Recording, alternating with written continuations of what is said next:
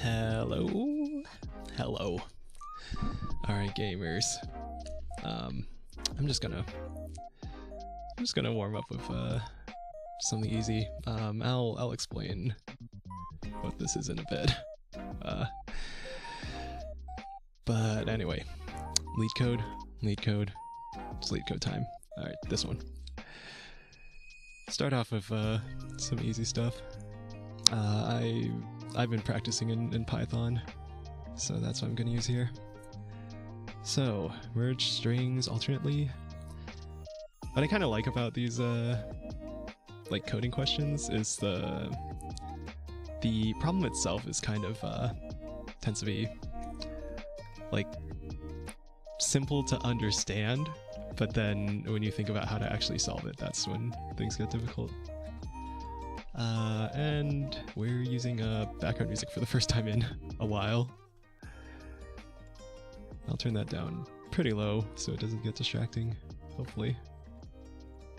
But anyway, two strings, word 1, word 2, merge the strings by adding letters in alternating order, starting with word 1. If a string is longer than the other, append the additional letters onto the end of the merged string, return the merged string. So, I like naming things descriptively, so we'll name our output thing as a merged string. It's Python, so we're just gonna be appending to this, oh hello, auxiliary character. We're doing some programming. I'm leaning into the meme. It's time to be the femboy programming socks VTuber. Oh god. Yeah, so let's just iterate over for I in range. We'll use the max of the word 1's length and word 2's length. Programming woo! Let's go!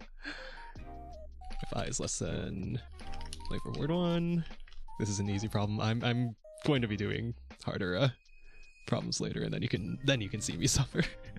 But this is just a warm up basically. Merge string plus equals word 1 of index I, and if we still have something in word 2, do the same for word 2, and that should give us what the problem's asking for.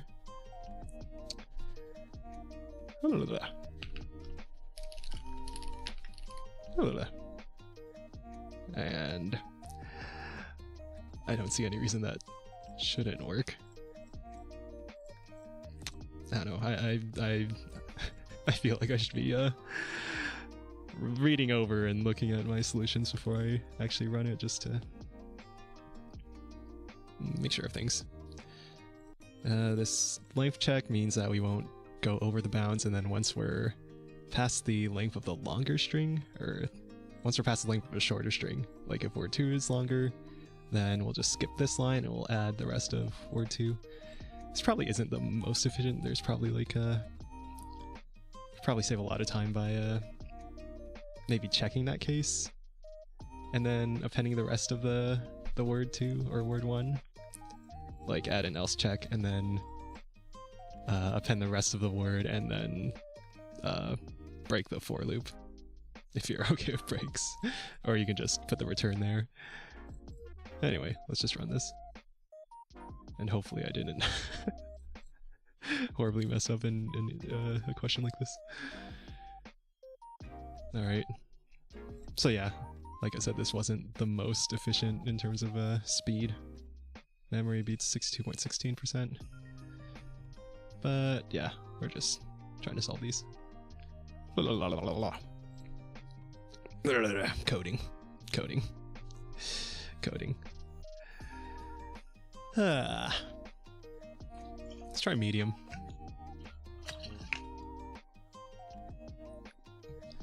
And if I see any of that, like, I know that I've done before, I'll probably try and pick a different one. I don't know. But yeah, this is mostly studying for myself. And practicing, like, speaking my thoughts during these. So, 151. Reverse words in the string. Given an input string S, reverse the order of the words. A word is defined as a sequence of non-space characters. Words in S will be separated by at least one space. Return a string of the words in reverse order, concatenated by a single space. I know there's a lot of built-in functions in Python that would make this really quick. I'm not sure if I can remember those from memory though. Might need to look it up. But I'll try not to look at those as much as possible. Python string. I'll just open the docs in the background and not look at it. If I have to look at it, I'll look at it. Turn a string of the words in reverse order, concatenated. I think there's a split method. Was it string.split? On that, and that should give us a list, if I remember correctly. And that'll be a list of all the words. And now return a string of the words in reverse order, concatenated by a single space.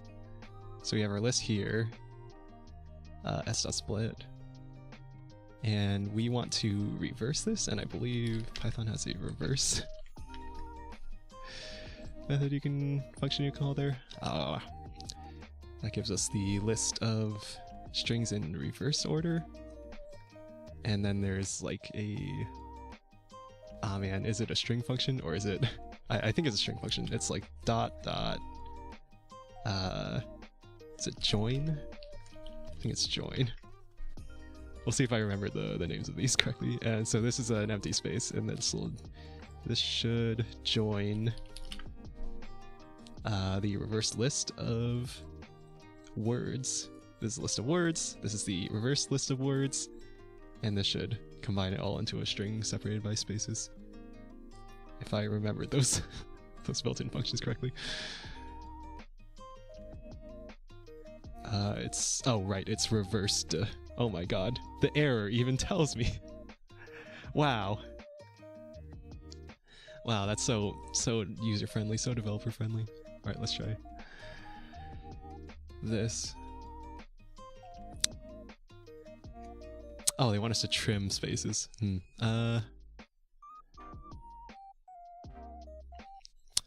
Actually, what does this? Yeah, this means that when we call s.split,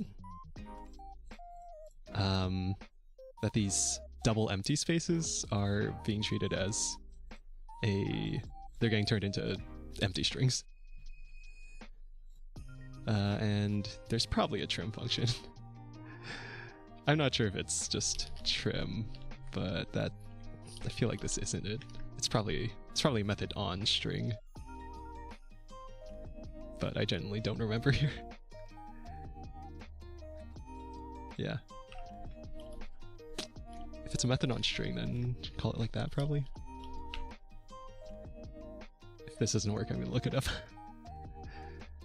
Strip. Did you mean strip? Oh my god. Python is so helpful. They know that it's called trim in other languages, so they tell you. Alright. Is that gonna work? Actually, this probably won't, because we could have, yeah, example 3, a good example. There's put a bunch of empty spaces between that. So that's probably not, yeah, this probably isn't going to work. I'll run it anyway, just to confirm. Yeah. Yeah, exactly the same thing. The empty spaces. So, you know what? Could write this all the proper way.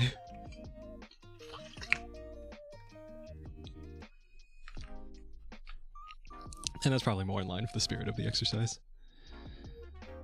So, parsing, huh? Let's make a words array, and actually might want to draw this out. I've got MS Paint open right here. Of course, we'll do a good 3 spaces example.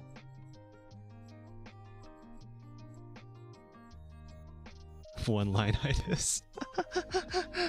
Yeah, when it's the Pythonic way.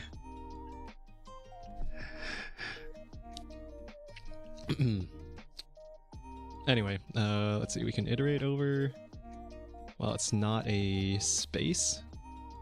We'll do something like that. get the index. He'll have like you use like a 2-pointer thing, like start index and then end index, or like an ij, whatever. And then we take the string here. We can use a Python slice, so s of 0 to 1, not including 1. I've written some god-awful one-liners before. See, that's the thing. You feel really clever writing it. Sometimes it makes it more readable, and sometimes it doesn't.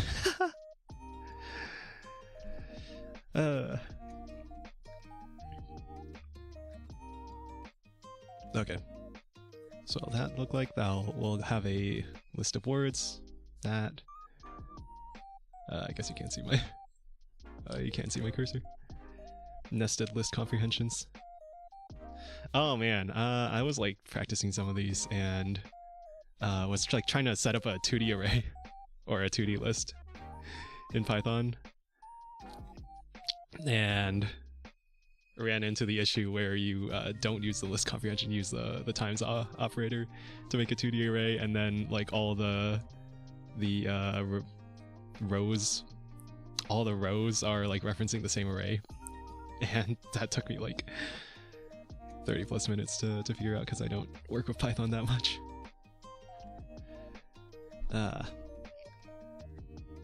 Pain. Then we'll put the string a in there. And then what happens after this? We keep iterating end until we find a non-space. And then we put the start there. Right? Pain Pecco. Pain Pecco indeed. Right, and continue until the end of the thing. Of the string. So what I just what did I just write there? Start with start. I could name these I and j, but I'll do start equals and equals 0.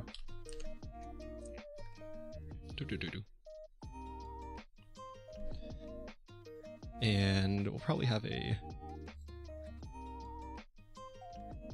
we'll be in a while loop while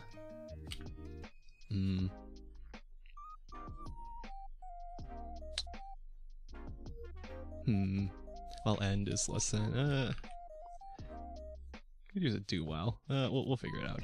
While end is less than life of string.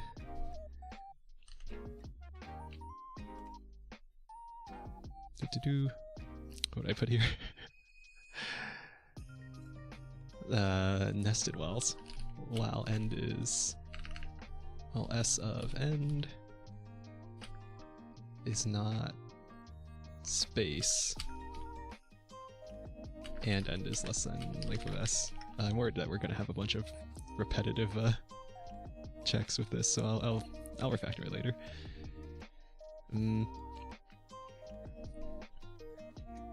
N plus equals 1.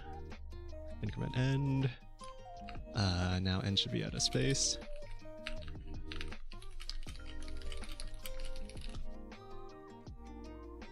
That comment might probably not super necessary, but oh well. Words dot append, and we'll use the slice syntax. Other languages use like a substring or something. S of start colon end should be the substring there. And then, well, s of end is space and end is less than length of s, and plus equals 1. Haha, I didn't even mean to put the plus plus. And start equals end. Now this does have the repetitive end is less than length of s checks, but not sure.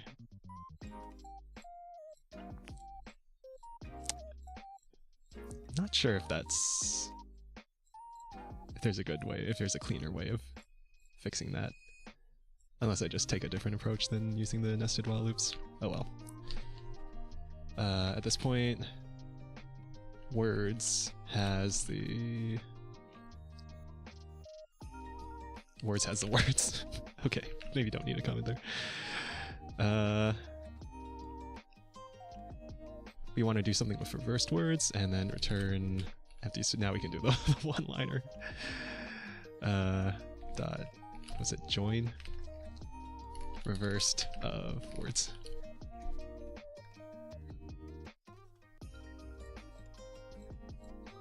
Yeah. There probably is like a Python one-liner way of doing this. Is there? I don't actually know. I mean, we can look at the solutions after to see if someone else has a solution like that. But yeah, that should do that. If we didn't want to use these built-in functions, we could do something like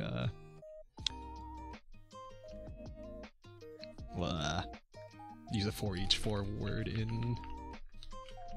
I don't know. For word in words. We'll do like that is empty string for word in words.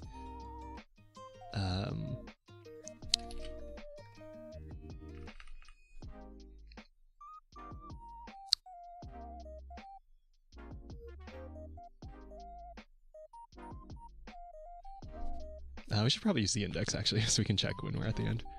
For I in range length of words. We do, and we can actually use Python's reversed here if we want to iterate in reverse order. And you could also just do a like range of, what is it, length words -1 -1. That also works. Should be the same as the reversed call there. And then we do like ret plus equals words of I, and if I is not equal, if we're not at the end, we're iterating in reverse order, then add a single space. But anyway, we're not doing that.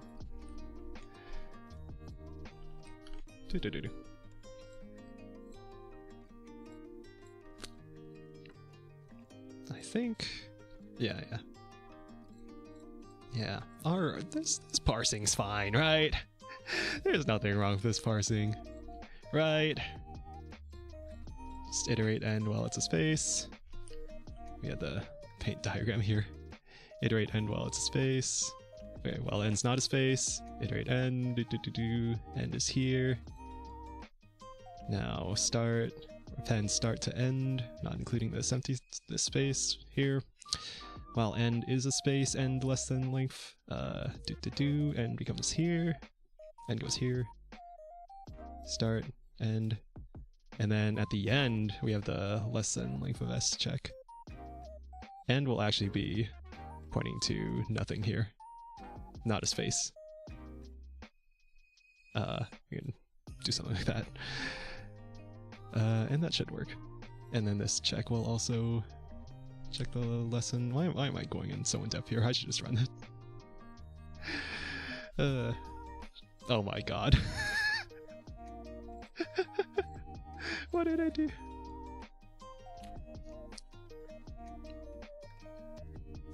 Hold on. If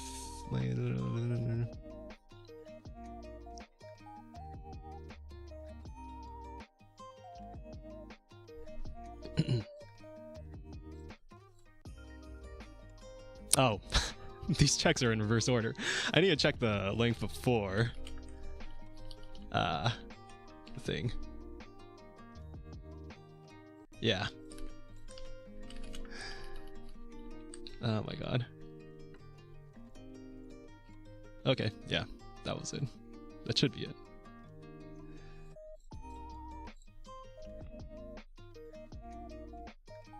Oh my god.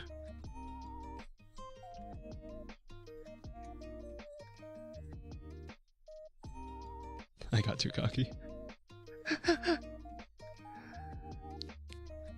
Op I want on length S. Well, S of end is the space. Start as end.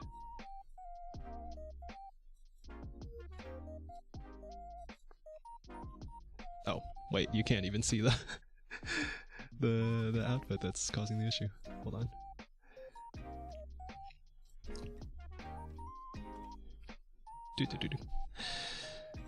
Okay. Now we're not failing because of that. Now we're outputting an extra space. We're doing empty string.join on reversed of words. What would this algorithm actually do here? Pain.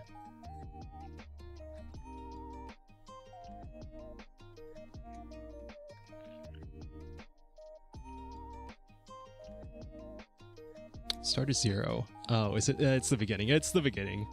It's the beginning.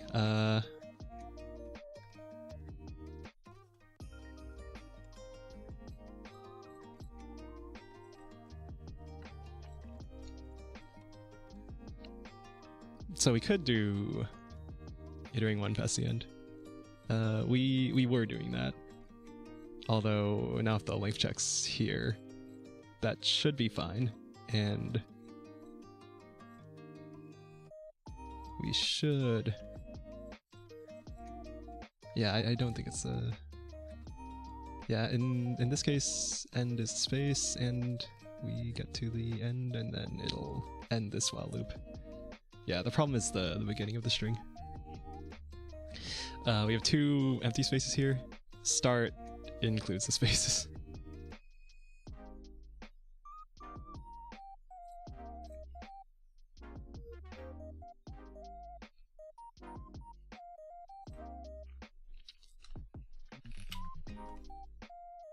Is it bad that I'd be tempted to use a regex? Is there a regex set?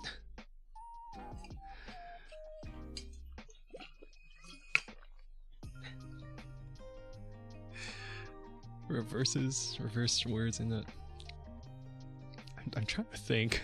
It's been a bit since I wrote a regex.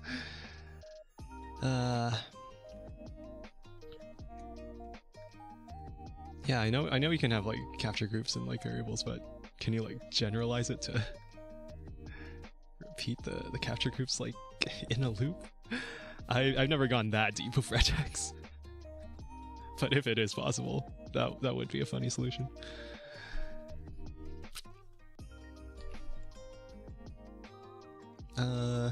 Yeah. Well, S of start. Were we given? Yeah. S.length is at least 1.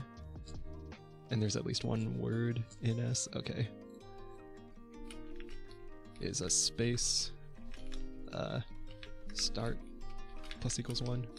And then end equals start.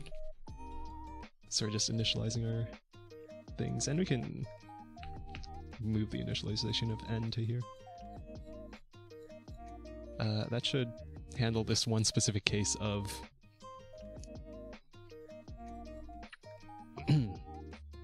it's empty spaces at the beginning. Just to match words? Oh, yeah.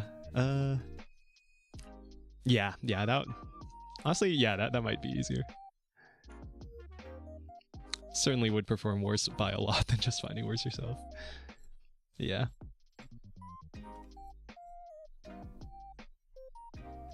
I mean, usually don't run into regexes in these kinds of problems unless like the question is like specifically about regex. But it's definitely a thing you can use. Assuming it's in your language's library. And we are pretty slow. I'm curious on what the more efficient solutions look like. I mean, I'm basically showing a solution already, so it's fine. 5-line Java. Easy C++. Swift.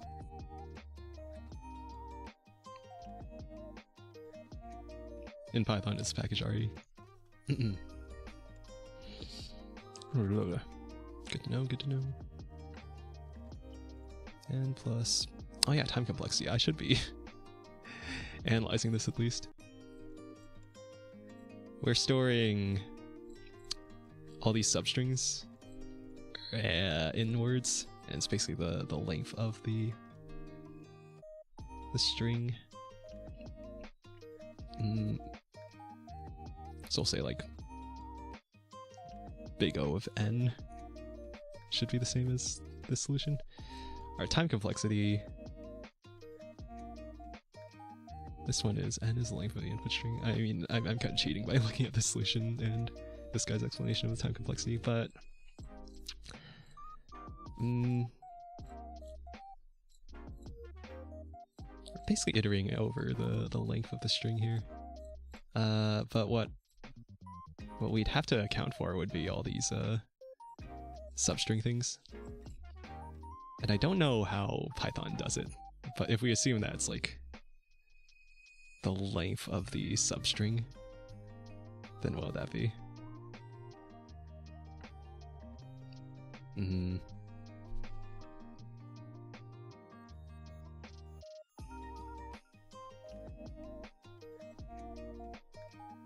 It'd be like O of n. We're just being less specific than this guy's answer, right? And then we're doing an operation on the length of the words. And there will be at most n words, so I think it all simplifies to big O of n. String stream instead of string view. I have not touched C++ in a good while.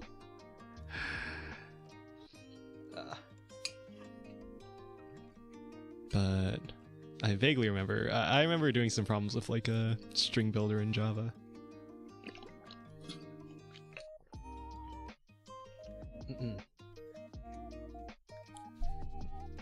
And I vaguely remember this input-output syntax. Yeah. Yeah. C++ streams. It's different.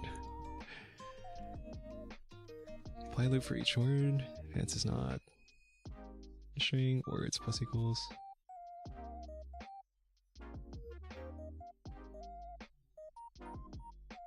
Through each word. Oh, okay. So this takes care of looping through the words. There's gotta be a Python something to do this, right? Python. Simplest. S.split. Wait.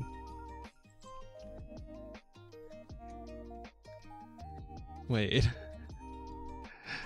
Wait. Split. Split.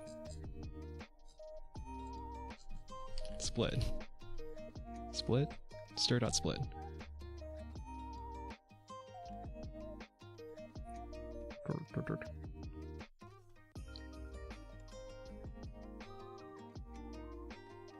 If sep is not specified or is none, a different splitting algorithm is applied. Runs of consecutive whitespace are regarded as a single separator, and the result will contain no empty strings at the starter. All I had to do was not put space in split and stir.split. Oh my god. Pain. See, I knew there was one liner. And then you just do... you just do, here's the one-liner. Empty space dot join of reversed of s.split. No, no value passed into split.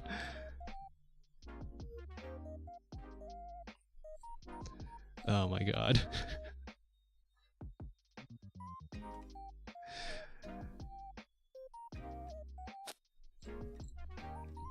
Okay. In the problem description, string stream allocates new memory. String view is a lightweight slice of an existing string. Just 2 pointers. Oh, so you can see memory. Neat. Ah.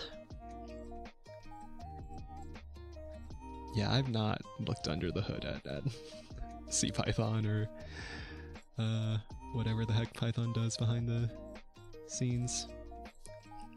I mean, I like generally understand the idea of like you write libraries in C and then, or you write the implementation of Python in C and then it does like the built-ins in a faster C implementation or whatever.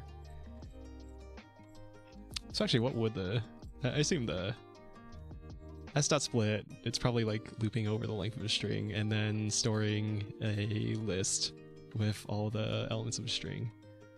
So some memory complexity based on the length of a string. Reversed.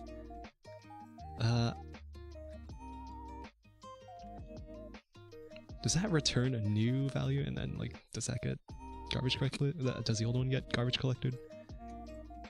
Or does reverse do it? I don't think it does in place. I think it returns a new thing. Hold on.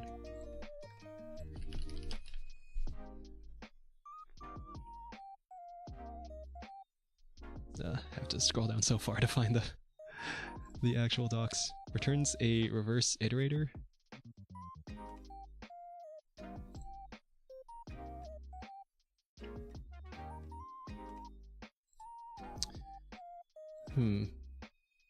Also, it might not actually be making a copy of all the things in that array. That would make sense. I mean, it would be more efficient.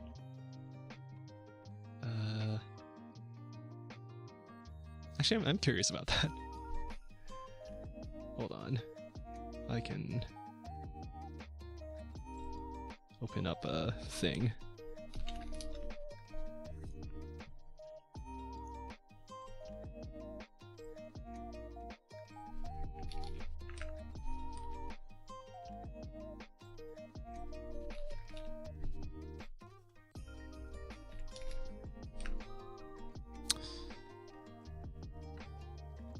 So if you make a list and then you make a reversed list, hold on. Let me check if I can run Python here.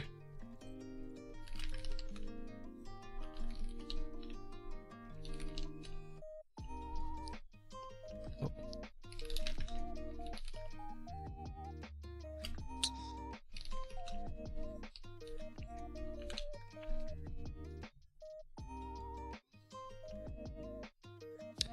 Do I want to install the Python extension? Sure.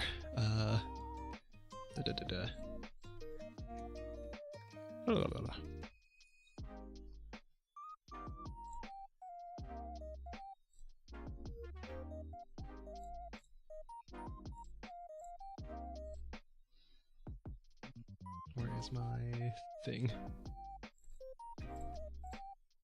MS Paint. Window capture up there.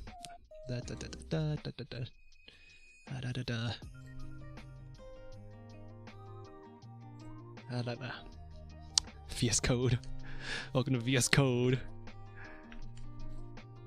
Sorry I'm not a Vim Chad like all the cool kids. But I'd use the Vim keys extension. What do I want to test? Okay, so you make a list. I mean, I could have just used the interactive version of Python, but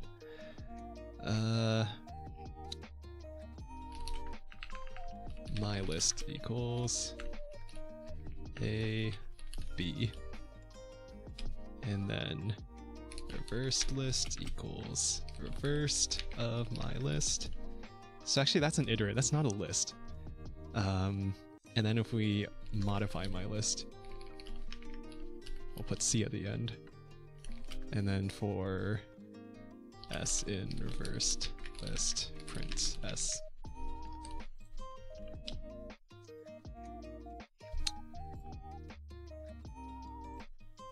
Right, that would make sense. You'd expect it to like... Oh, okay, so if it's not making a copy of the list, it's actually like remembering the positions? Oh, what happens if I... Hold on. What the problems he's solving? I'm just messing around to understand how Python's reversed works under the hood. What if we modify the list like that? Does that affect the reverse list? That's what I want to figure out. Yes, it does. Oh, okay. So it is iterating list reverse my list. Yeah. So this is iterating over the original. And then if you make a new list, like so, then it's a copy? Then it's a copy, yeah. You assign the list to a reverse. Yeah, I wanted to make sure I understood this behavior.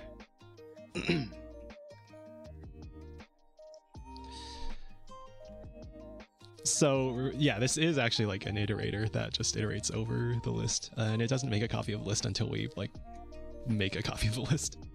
There we go. Okay, this was not a... There we go. Back to LeetCode. Where am I? Oh no. LeetCode. You're vending to my list. Yeah. I just wanted to see if like modifying my list, how that affects the reverse list.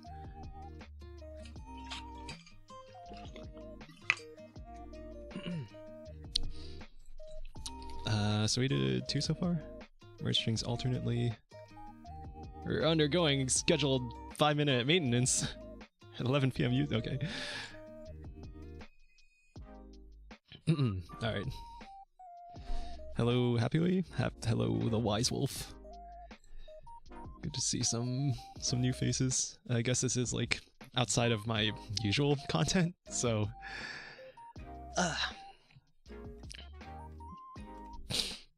Hope you enjoy. Hello. Modify nums in place. Alright, given an integer array nums, move all zeros to the end of it while maintaining the relative order of the non-zero elements. Maintaining the relative order.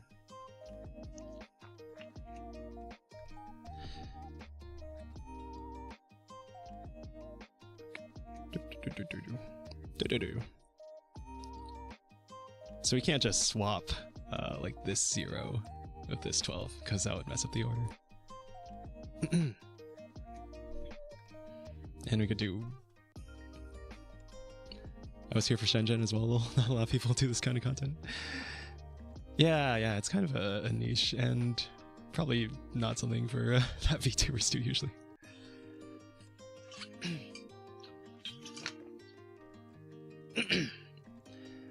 I feel like, yeah, programming content is kind of niche and it's kind of... What am I trying to say? Like, it's difficult to make things entertaining when you're dealing with this sort of stuff, I guess. But I've been watching a lot of, was it Thor from Pirate Software? I've been watching a lot of Pirate Software shorts. I've been watching a lot of the Primogen, that guy, streamer, and he mostly does like reacting to programming articles, programming videos. But he has a lot of experience and a lot of like interesting feedback. I don't think I'm at that level of experience where like my input would be super valuable there, but maybe it could be interesting. Yeah, I get a lot of her shorts. Yeah, they're really good. And his videos, yeah, both Thor and Primogen.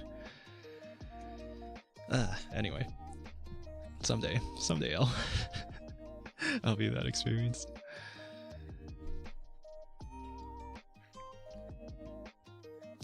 You could do a simple brute force approach by just n-squared bubble sort. You could bubble sort it. You could bubble up the zeros all the way to the end. But that's not good.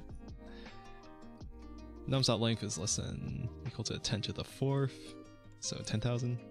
Yeah, we don't want to do an n-squared solution.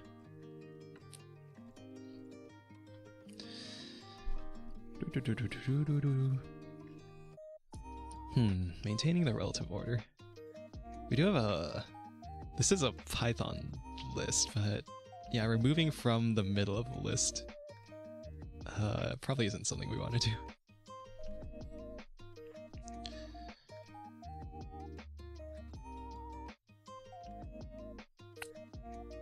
It's probably something we could do... Going from the other end? I'm not sure how that would help compared to just going forward. I'm in a weird spot where I'm both kind of really experienced and also not experienced at all. Yeah. Yeah, I'm kind of feeling that, like,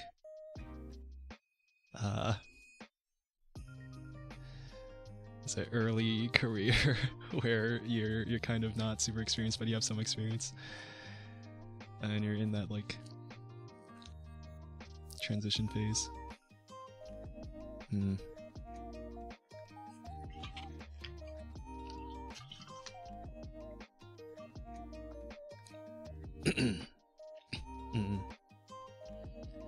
Been doing things informally for a long time without a proper job. Yeah, I've been hearing a lot of just people who take the non-traditional path, who do self-study or do boot camps and get into programming that way. And I imagine it's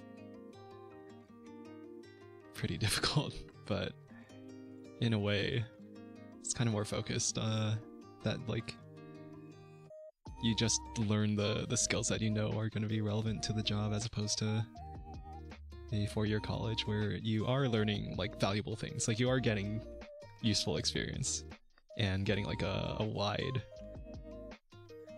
breadth of like knowing about things, but also then you're like pushed into go find a job, and you don't learn necessarily in university like the actual work skills that employers expect you to have. They just kind of expect that like you get an internship or you do things on the side to build those skills. Anyway.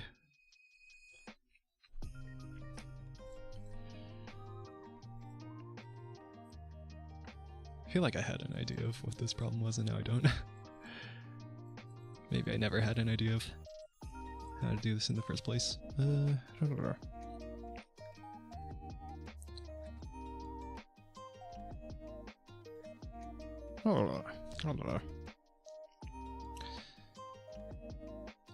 imagine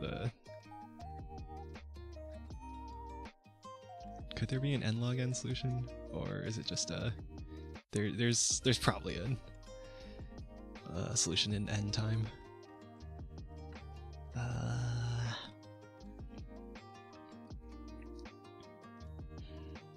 Dude, I wish I can get back to making things. My laptop's broken, so I can't. Hello, Scar32. I don't know.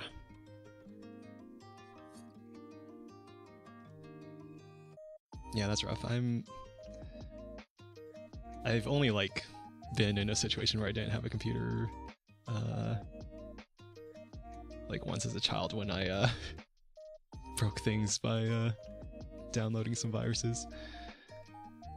But I think we restored that computer from another computer's thing. But yeah.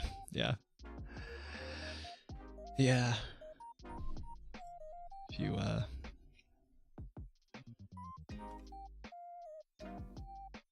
guess I wouldn't really have any significant advice to offer in this situation, but whatever you can do to find the thing that you're able to. If you can borrow a computer from wherever and you wanna do that, then you can try to do that.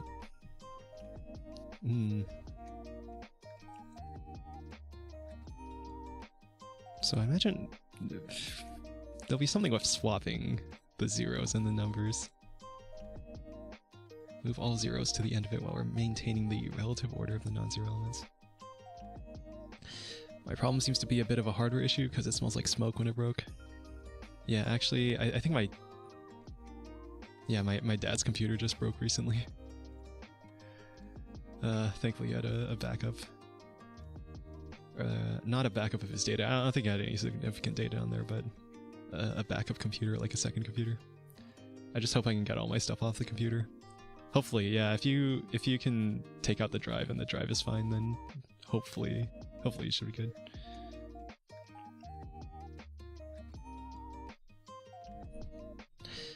Without making a copy of the array. Okay, that's one more constraint. So yeah, we are going to be doing a bunch of swaps here, aren't we?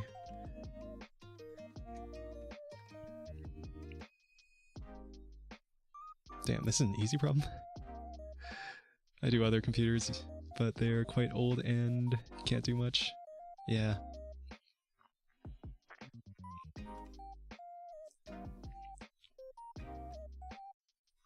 Yeah.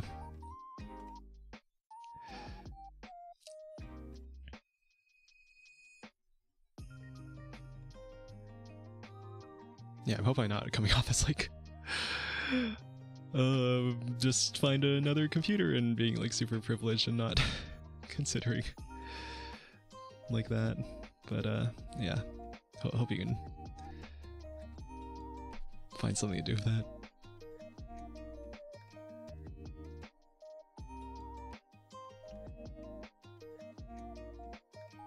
Minimize the total number of operations done. I'm just trying to find a faster solution than n squared here. eBay ThinkPad. I collect computers, so there were a lot rolling around. Yeah.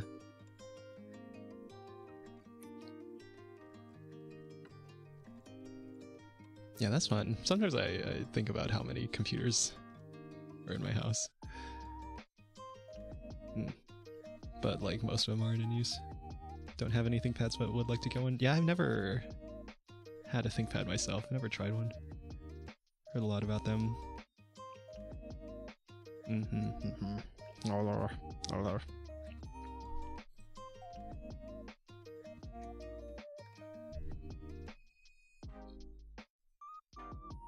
I should draw something out.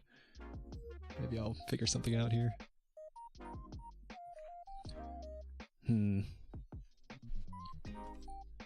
Let's just go with this example. 0, 1, 0, 3, 12.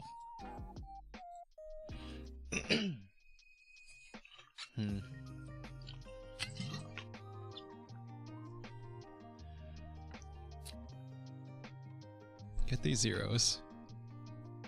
Put them at the end. But do it efficiently.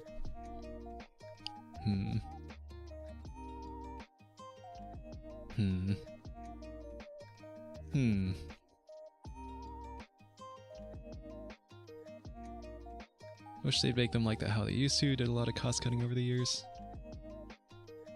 Yeah, I haven't had experience, but I think I've read from people online saying similar things.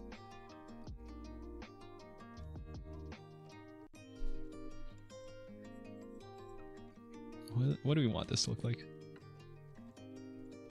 Swap a 0 before. Then we have 1, 0. And then swap the 3 into here. We have 1, 3, 0, 0. 12. And then swap the 12. 1, 3, 12, 0, 0. Laptops back then had so many cool things. They were so big, I love them. Used to be tough as nails, but now they're roughly the same as the rest of the market. Like the old computers I have disk drives and they're pretty cool. Yeah, disk drives. I haven't had a disk drive since my last computer. Which I still have my last computer, but yeah, this one doesn't have a disk drive. I know you can get like external ones, and I feel like that's more convenient when like you don't necessarily need a disk drive. So it makes sense. I can see why like you wouldn't want to add a disk drive when you don't need it. But yeah. Yeah, what does this swapping look like? What do we need to keep track of? Something like the first 0. So like some kind of 0 pointer. You have an external drive somewhere? Yeah, I don't think I actually have any external like USB disk drives anywhere. 1, 0, 3, 12.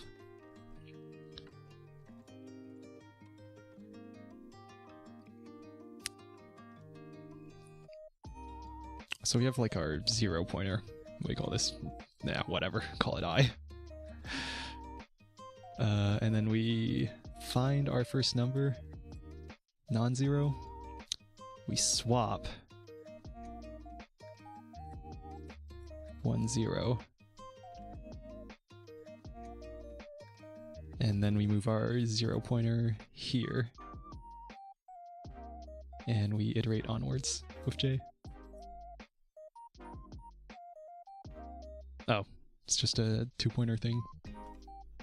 2-pointer thing, right? That's it, right? Also, speaking of disk drives, there's this really cool drives called LightScribe. Basically, the label side can be burned with a laser to make images on the label side. Oh, that's neat. What did I just draw? I equals J equals 0.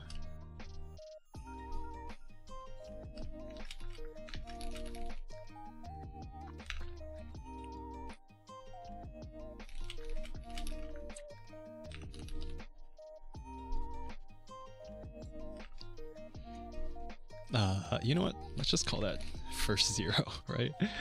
J is the swap index. So we'll call it 2 swap. Yeah, I love descriptive variable names. And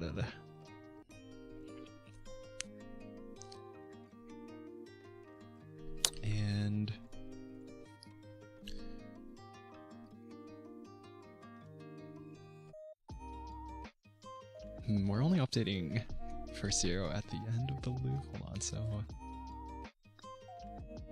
maybe you'll use a while loop while 2 swap is less than length of nums. I think that's a right end condition, but we'll see.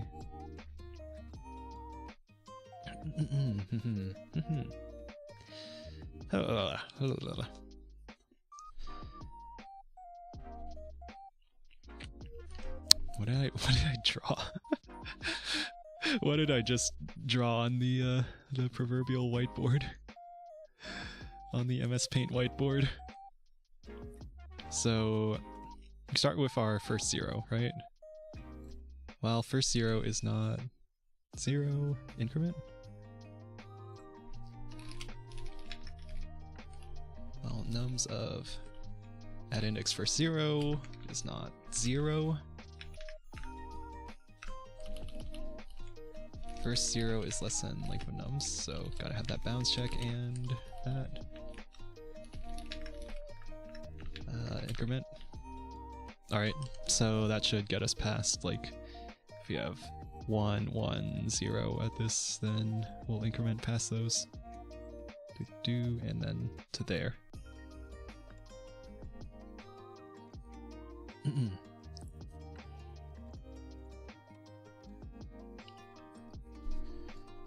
And at this point, so first 0 is either at the end or it's at a 0. And I think we should move the 2 swap pointer there. In this diagram, I is first 0 and then J is 2 swap.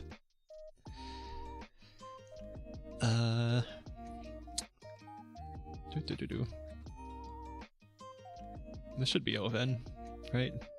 Yeah, looping over the array twice.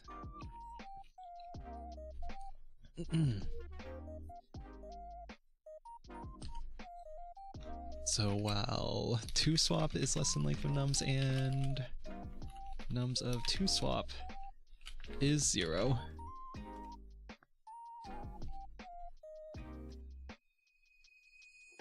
I'm wondering if there's anything that can be done with all these bounds checks, but I guess they're necessary, at least with this approach. Increment 2 swap.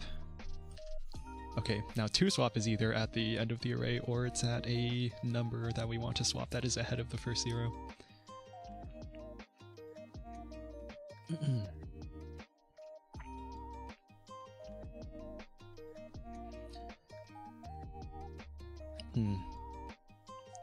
And we know that 2 swap is at least at first 0, So we can just do the if it's length of nums, we can do the length check here just on 2swap.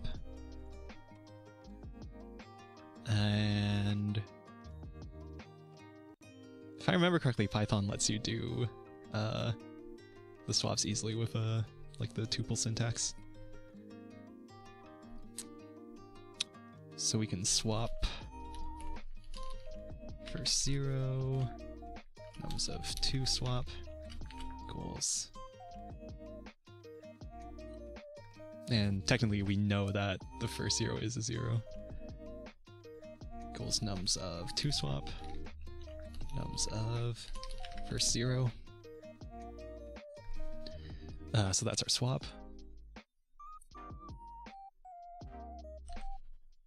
And after that swap,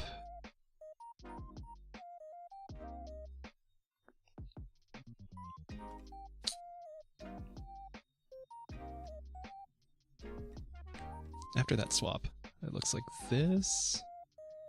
I is the first 0 is pointing at a 0. So actually we want it to stay there. It's still the first 0, right? Might not actually be the first 0 though.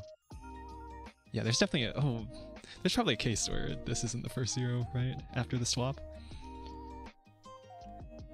Something like, hold on, gotta expand this canvas.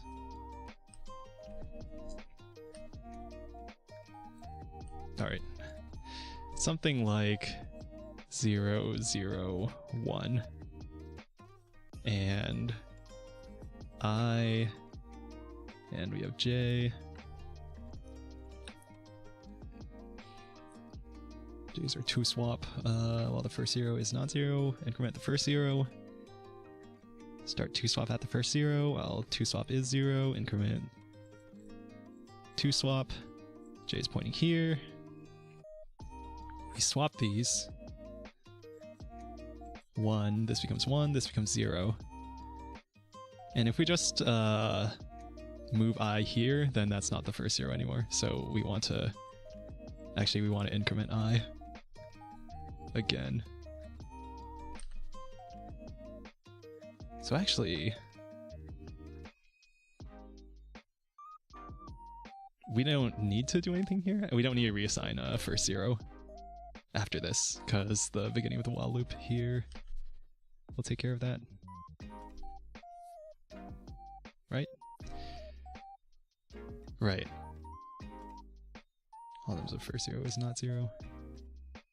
Because right now it's not 0, so we'll increment I, and then, yeah, that should work.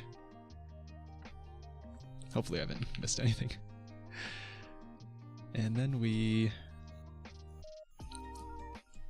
do not return anything, modify nums in place.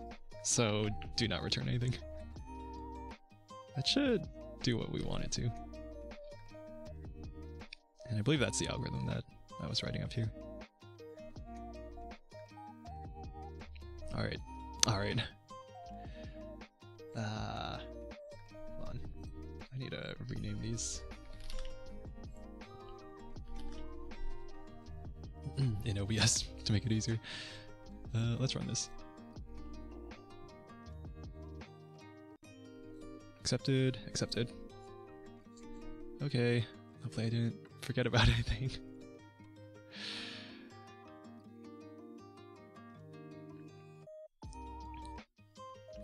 Wow, beats 5.72% of users.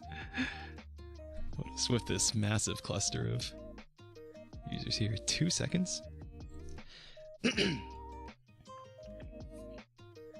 So there probably is more to this problem to minimize the number of moves.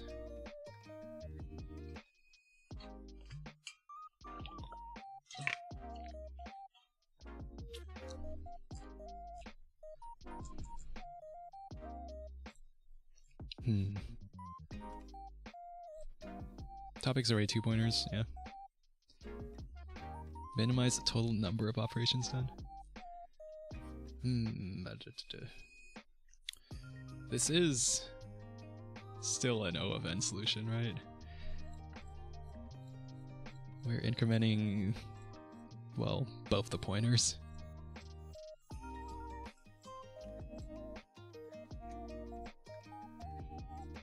Yeah, we may have less nested loops, but it's covering the same condition. And we're just incrementing over the length of the array. Don't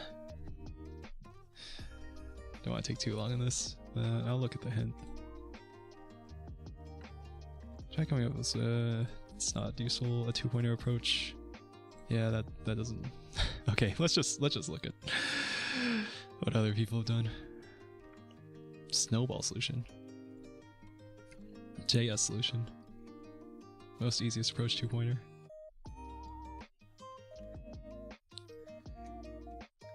If nums of I is not equal to 0, increment I. If nums of j is equal to 0, increment j. That's what I did. If both I and j are within the array bounds, and I is less than j, and I is less than j. Oh, so we're doing unnecessary swaps here, actually.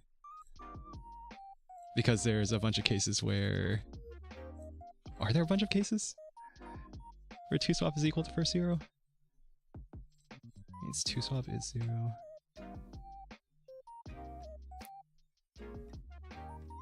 No, there wouldn't be, right?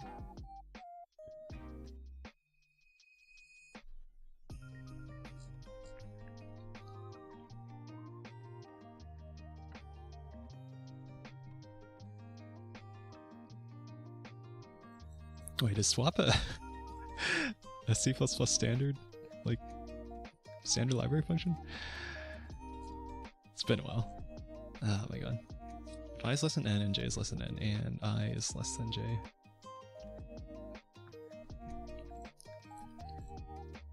Oh, so they're just making a lot fewer comparisons here.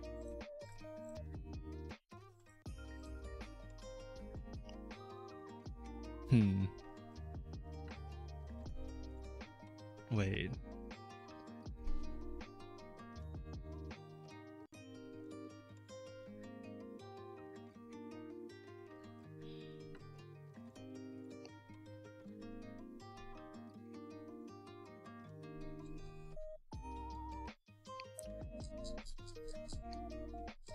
Improved Python 3. While I is less than j. I plus equals 1 continue. Oh, use continues to check the while condition? Oh, neat. Okay. Alright, I think we understood the core of the problem.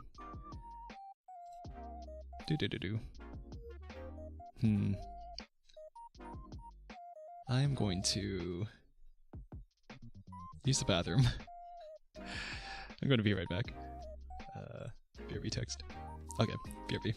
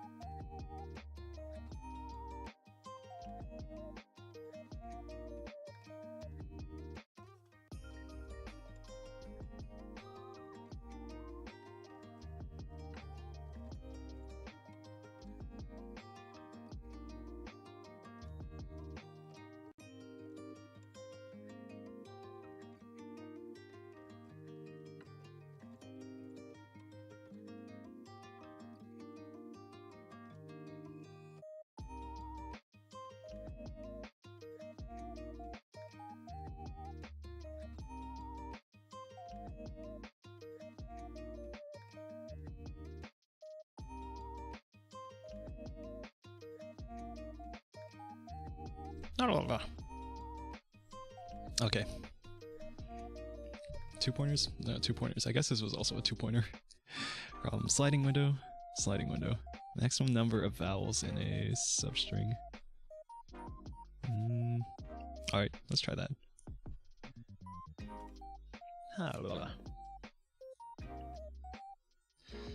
So I was talking earlier about how like university doesn't necessarily teach you the things that are relevant to like job skills. I feel like I was thinking about like web frameworks, but I did actually take like a class on web development in university that helped a lot. Where we did some React in that class.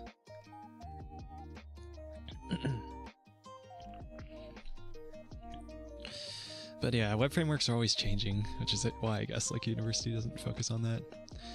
But the other thing I was thinking about was like how interviewing is a skill, besides just like learning skills that employers want. You also need to learn how to present those skills in an interview, and that I feel like that's something that, again, college doesn't necessarily teach you, and you'll have to learn on your own at some point. So that's partly why I'm doing this series, or doing this, trying to do LeetCode on stream. And I feel like I'm going kind of slow, but do want to express my thoughts, make this as easy to follow as possible.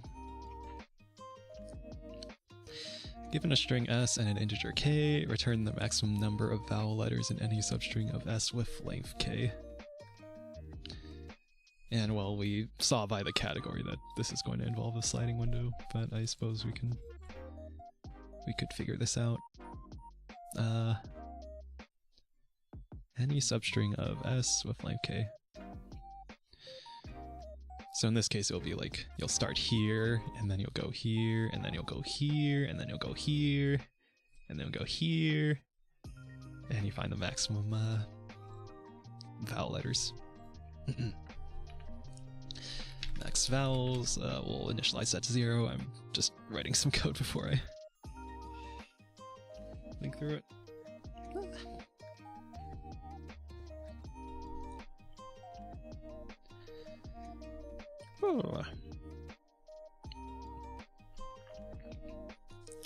Let's name these variables start and end, and then k is less than or equal to s.length. Okay, that's good. I don't need to do extra bounds checking. And s is lowercase English letters. I don't know if there's like a Python built in for vowels, but we'll just do something like vowels equals A, E, I, O, U. So we can check is something in vowels. And we actually we also want to cur values, I think. Cur vowels. The current vowel count.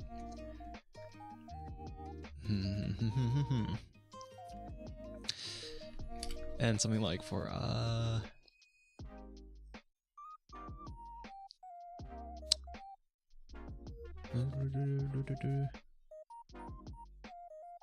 in range k, right?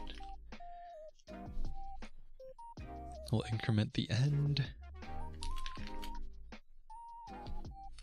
And if we can increment at the end of this loop just to keep I and end in sync here. If string at I is in vowels.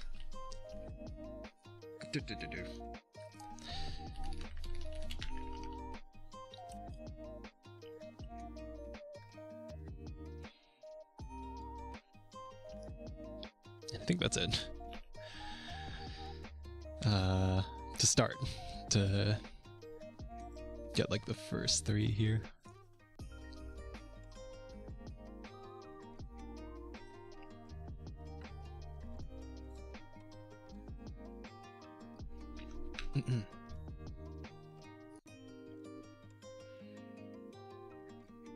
So while end is less than length of string,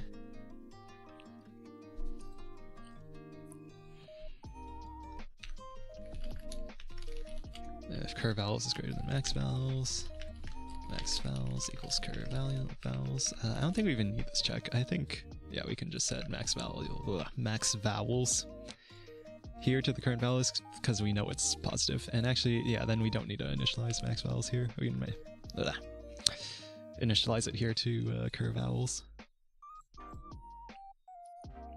We don't need to do any bounds checking because of the problem constraints tell us that k is less than or equal to the string's length.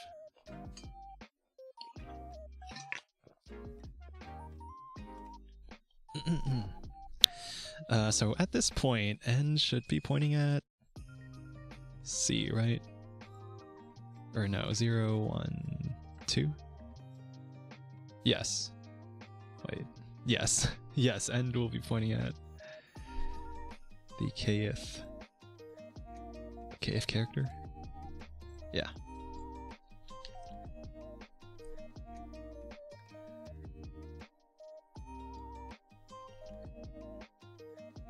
So we're gonna increment the start and the end, and that's gonna be our like sliding window. And we need to do the check for vowels while we do that.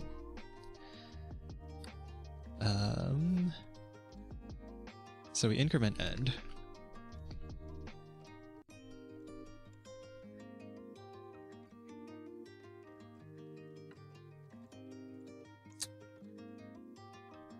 Wait, do we need... I think we're going to be off by 1 here.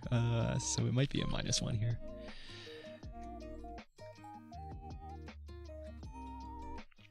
We'll increment the end. And if s of end in vowels, cur vowels plus equals 1. And then we check start before we increment it. So s of start in vowels. Then we're moving the window out of the vowel there. So subtract cur vowels, and then start plus equals 1. We know that start is less than end because we incremented here, or less than or equal to. And then if cur vowels is greater than max vowels, max vowels equals cur vowels. I am losing my what's the name of that thing where you hear a word repeated too many times and then it starts to not sound like a word. I'm having that with vowels here. And so should be it, I think. Surely I haven't missed a very important thing. I think the tricky part's the bounds check here, because we are incrementing end here and then checking it, and that should be it. We have our initial setup of the our sliding window. Okay, let's just run it.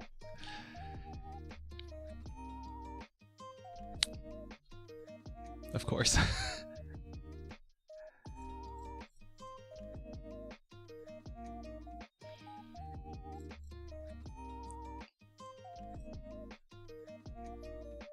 Am I off by 1 here, actually? In the length of the sliding window? Hold on, this one worked. This one equals 3, output 2, k equals 2, output 2. Ooh, okay.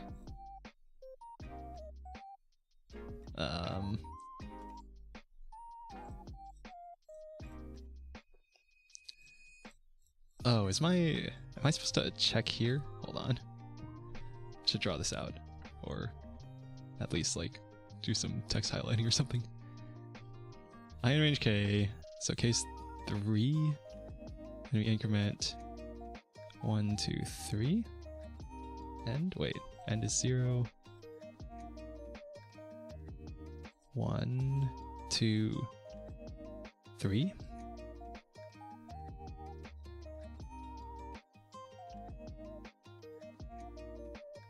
Oh, is end exclusive? Wait. No. That's not it. That's not it.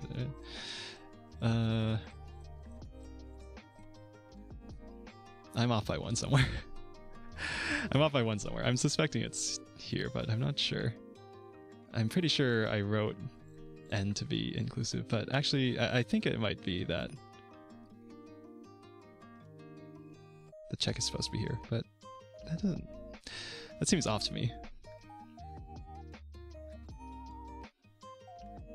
The max vowels check here. But that seems a bit weird to me. ABC. Start end is 0. Increment end by...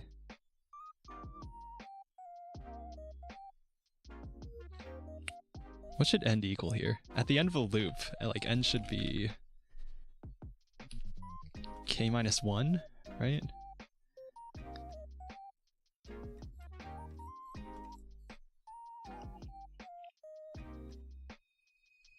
Because that's the index of index 2, 0, 1, 2. N should be here. And then I is 0, 1, 2. Right?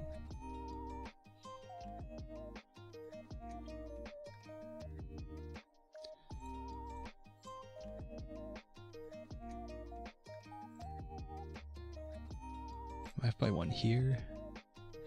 End is less than length of S minus 1.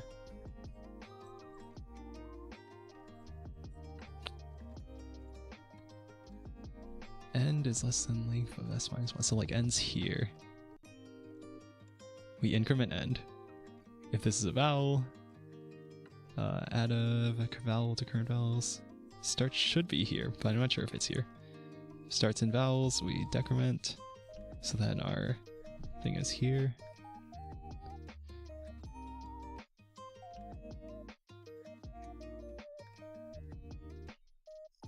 I don't think I changed anything with this line change.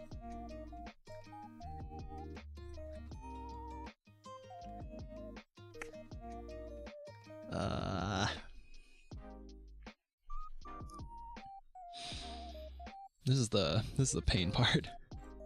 This is the pain part of programming.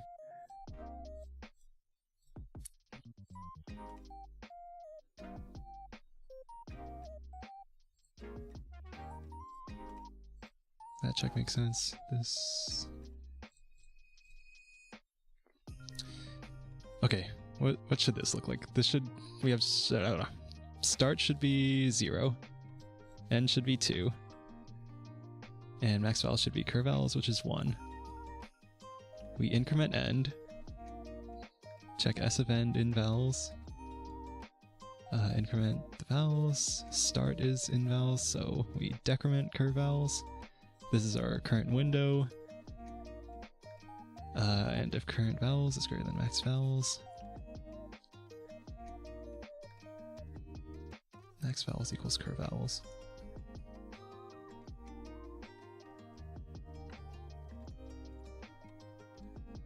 I think it was, wait, it was the off by 1 there, right? But that doesn't...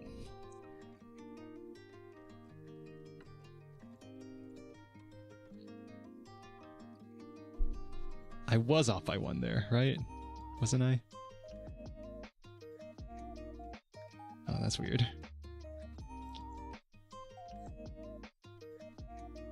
Let's just run it. Surely, yeah, I was off by 1 there. I don't know how that resulted in output being less than what was expected.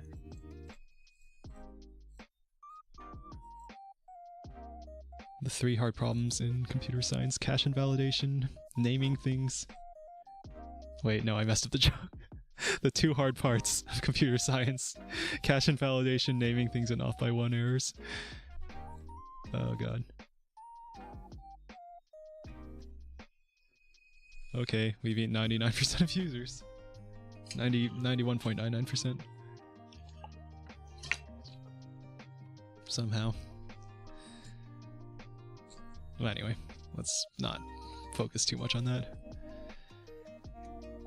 I've heard there's a lot of variation in like the timing and stuff. Hash map. Hash map? Should I go back to an easy one just so I can take a break? Nah, No, I should keep going harder. That was a medium. I feel like conceptually it was pretty easy, but then off by 1 errors happened. Prefix sum. I forget what this actually refers to, so I'm gonna do one of these.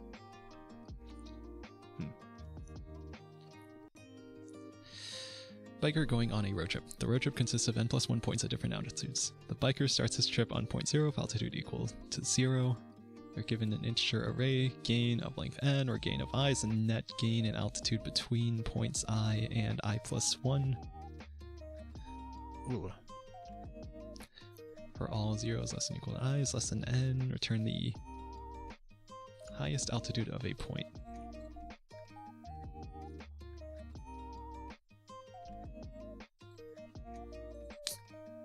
Oh, okay. So you start at 0.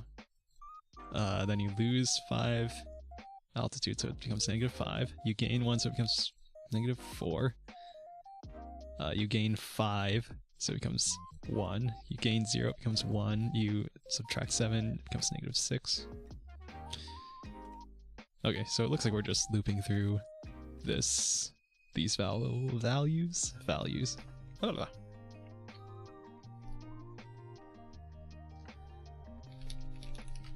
Altitude equals 0, you start at 0. Max altitude also starts at 0. And then for... we don't even need an index, do we? For num in gain.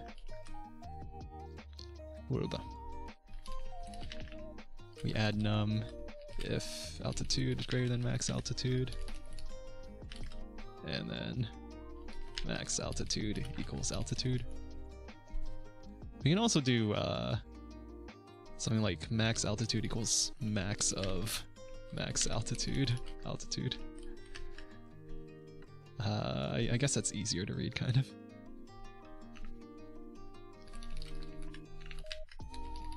Turn the max altitude.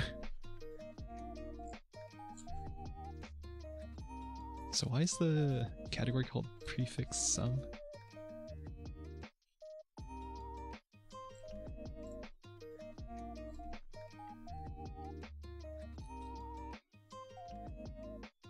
Okay, that was totally average. I'm not sure if this is actually faster. I'm curious as to whether this or the if check is faster. But since that's like a Python built-in function, I imagine it's probably faster, right? 41 milliseconds. Let's see what say if altitude is greater than max altitude, then max altitude equals altitude.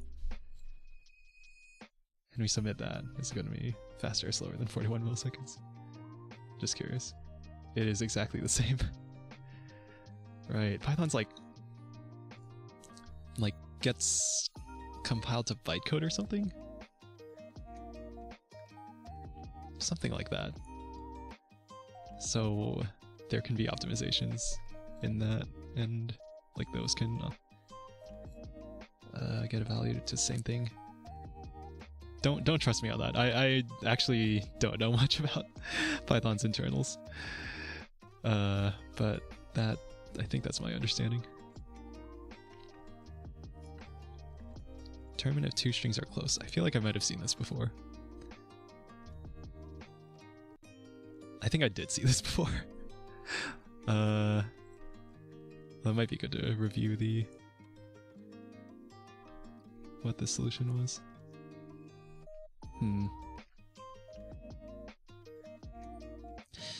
Two strings are considered close if you can attain one from the other using the following operations. Swap any two existing characters. Transform every occurrence of one existing character into another existing character and do the same with the other character. Return true if word 1 or 2 are close, false otherwise. Okay, don't need to keep track of like any operations. This involves like the counts of characters.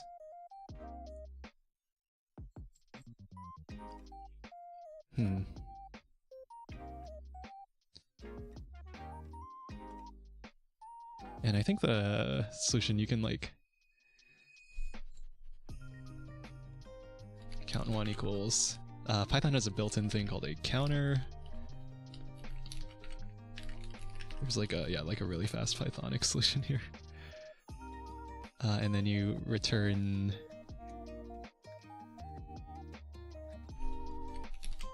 something like sorted of count1.values equals sorted count2.values, if I remember correctly.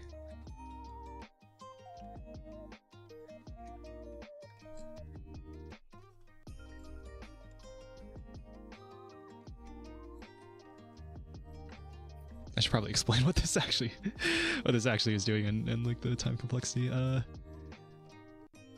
So taking a word, turning it into these the counts of the characters. So like A, B, C, D, E, A1, B1, C1, D1, E1. Wait, does this check for like reference equality, or it might need a loop through and actually. Oh no, it does work, I think.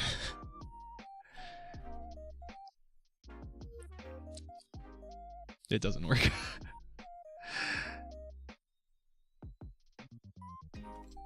Wait. I think I might not have read the question correctly. Transform every occurrence of one existing character into another existing character. Oh yeah, okay. Yeah, no, it's not this simple.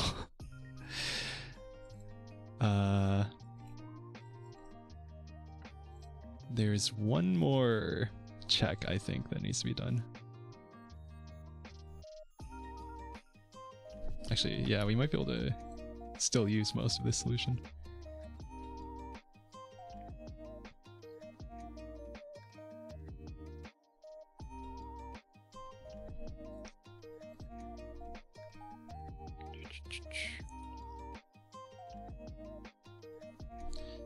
Return. Yeah, we need to check the keys are equal actually. Sorted of count1.keys is equal to sorted of count2.keys, and the values are the same.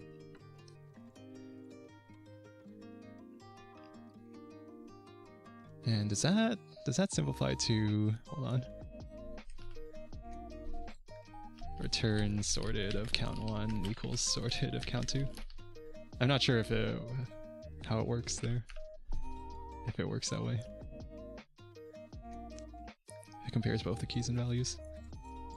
No. Okay.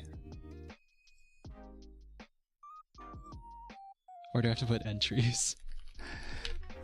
Does this work? I think this might work.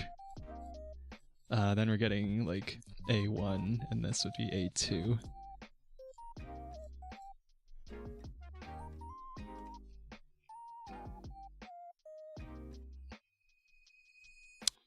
Oh, counter doesn't have entries? Okay, we'll just do this. Damn, I gotta know my Python standard library. Oh my god. Perfectly average, good on memory. I should explain. Okay, counter is a Python built-in, I think it's a subclass of dictionary. Subclass of dict. A Python dict. And you give it an iterable, in this case a string, it'll iterate through all the characters, and then it'll count like all the occurrences of each character. So for a string like CABBBA, this would give us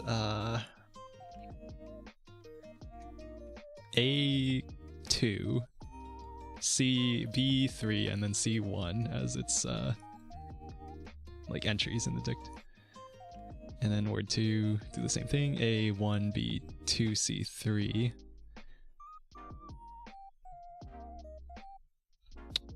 And then these rules swap any two existing characters, so order doesn't matter, and then transform every occurrence of one existing character into another existing character. It's the same with the other character. It means like you can manipulate these. So if there's 3 Bs, you can turn the Bs into Cs. And if there's 2 As, you can turn the As into Bs. And if there's 3 Cs, you can... 1 A, you can turn the A into a C or the C into an A. Oh. And then that's equivalent to checking that the counts of each character are the same, and then all the characters that were in the strings were the same. Anyway, let's do something I haven't done before. Hash maps are pretty common. We should do another hash map one. Given a 0 index n by n integer matrix grid, turn the number of pairs Ri, C at J such that row Ri and column Cj are equal. A row and column pair is considered equal if they contain the same elements in the same order, i.e. an equal array. Int is less than or equal to 100. Grid ij is less than or equal to 10 to the 5th.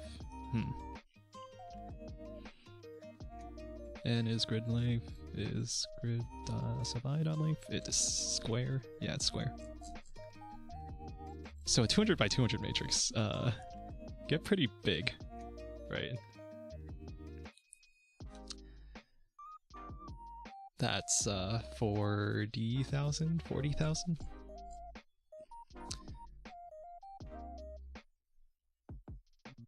Double checking my math. Yeah, 40,000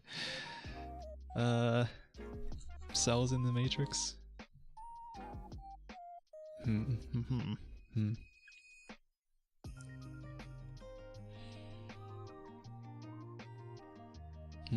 This is interesting. Probably gonna need some time to think. See, that's the thing that I worry about making content like this. Like, it is educational, but like if I'm actually live streaming me solving a problem in real time, there's like gonna be a bunch of downtime where I am just thinking. But I guess that's the nature of like puzzles in general.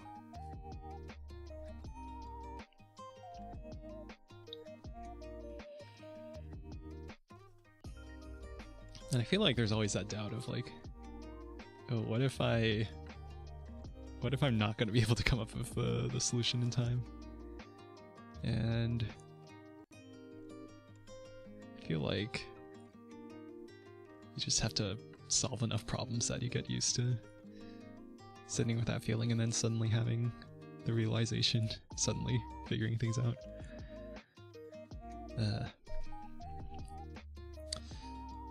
There's one equal row and column pair.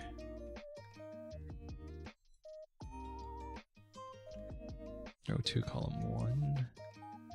Oh, row 2 is equal to column 1. Yeah, over 40,000 elements. If you were to brute force this, it would take a very long time. I think it would be like... It would be n squared? It would be n squared, I think. But with caching, then we can cache... What would we cache? It's in the hash maps category, but like in theory we're not supposed to know that if we're just like randomly given a problem. 0 indexed. Number of pairs Ri, Cj such that row Ri and column Cj are equal. Same elements in the same order, an equal array.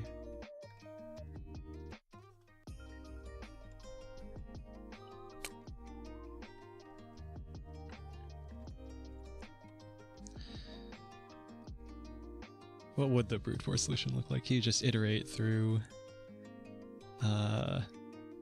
this row, and then this column, and then like this row, this column, and then you check, are these equal? And then is this equal and this equal? I don't know if you see my mouse very well. is this equal and is this equal?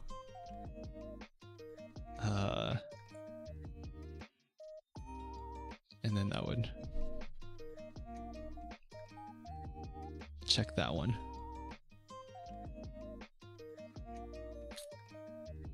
And we're returning the number of pairs, so we don't actually need to know what the pairs are, but we might end up doing that incidentally.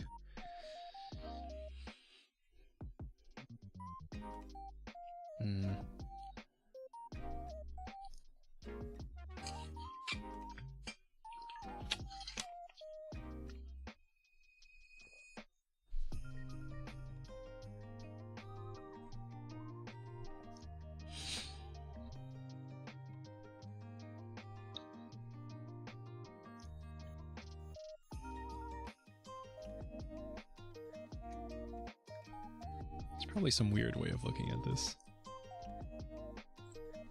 Let's open up Paint.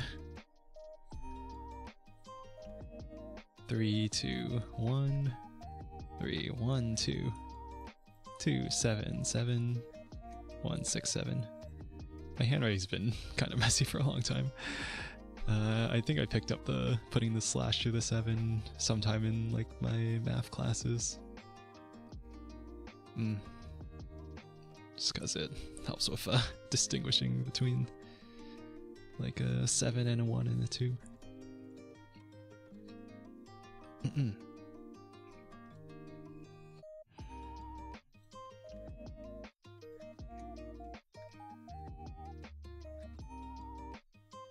I kind of have the hint that like this involves hash maps.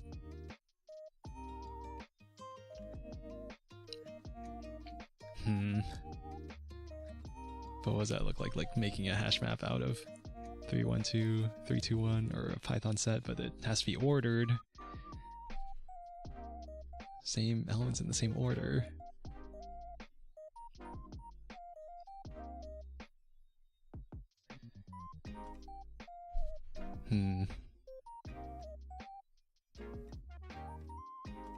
This is tricky.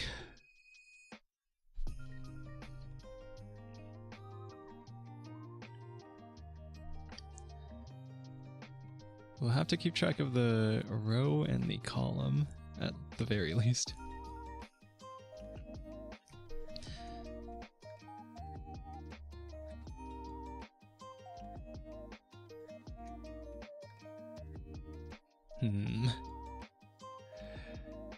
Does this involve? Here, let's set the timer. Let's start the timer. Hey Neo, hello JPZ. Doing some coding problems.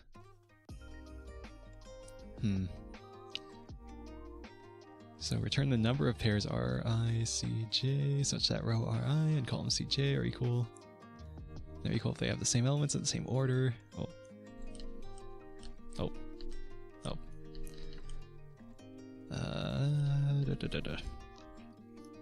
So we could loop over all of these, like row 1c, or I guess it's 0 index.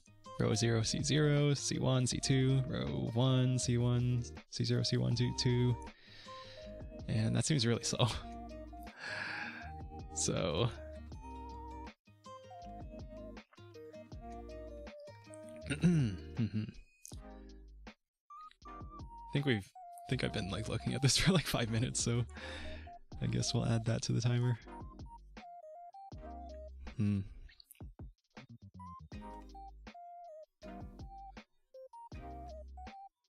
Tricky thing I think with if I use hash maps is that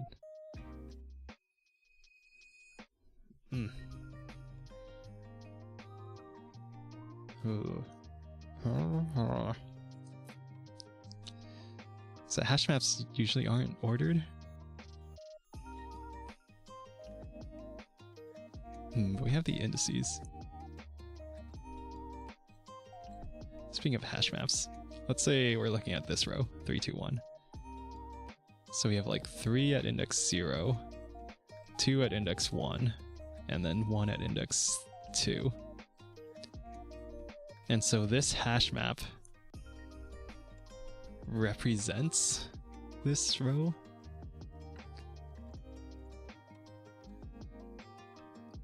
Is there... I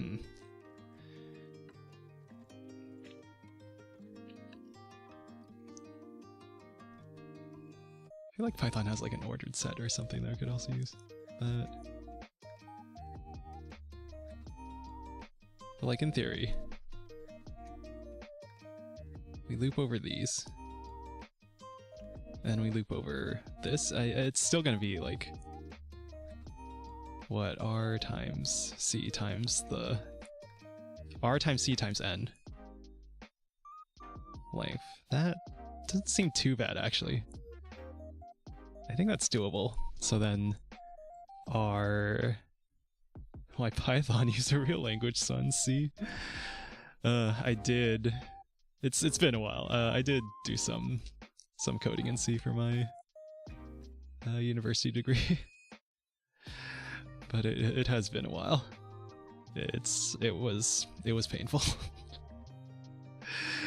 And also I don't really do work with C, so it's also not really been relevant to my work. Get programming socks and you'll be able to do it just fine. True. Oh god. Here I go, leaning into the meme again.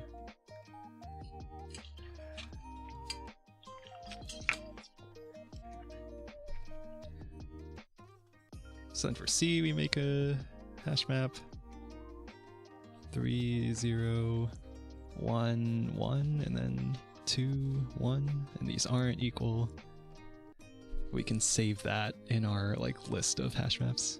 Our set of hash maps. We have a set of hash maps, and then we compare equality. I should probably Google that. Hold on. Is it Python hash map equality? Dict equality. Can we just do that? Compare two dictionaries.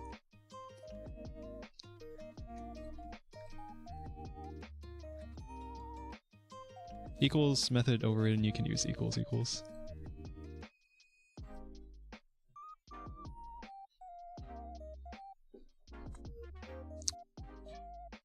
Okay, so I'm pretty sure you can just compare the dicts directly in Python.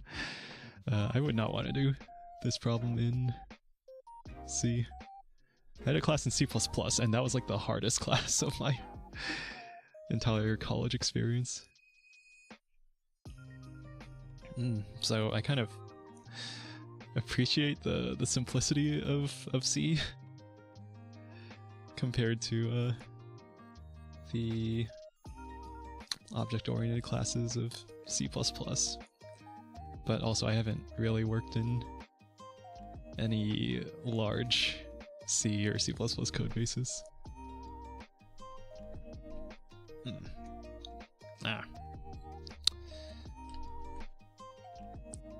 So if we do this, then it's just going to be R times C times N complexity. I think that's okay. So like for row in range,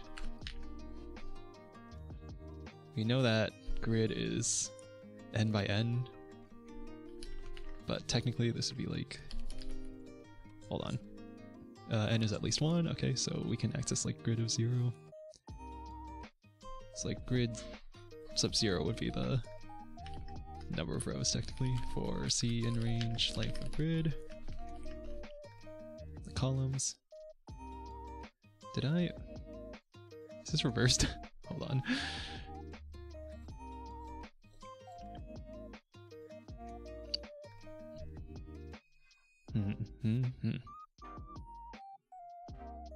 Grid 0 is the number of columns. Yeah. Okay. So like technically this would be reversed. It doesn't actually matter because it's n by n.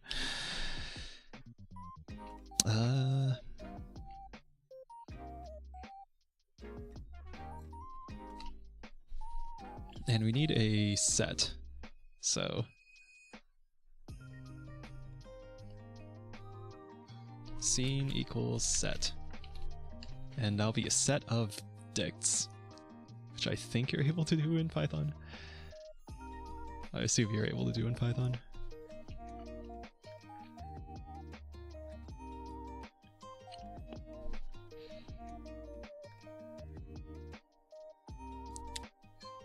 For I in range, length of grid of R.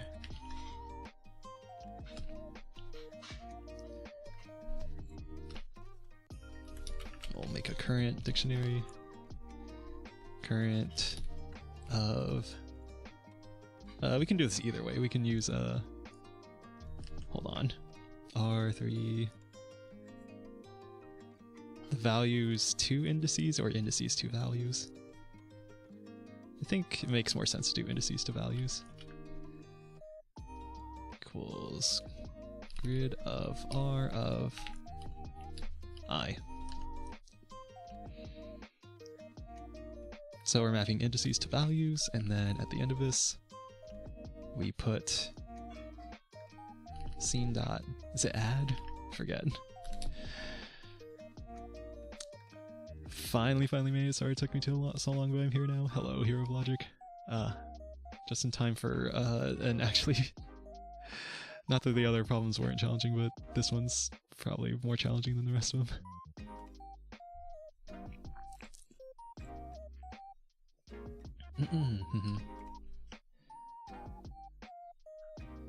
Alright, we're looping over the columns now. Hold on. So, we're looking at...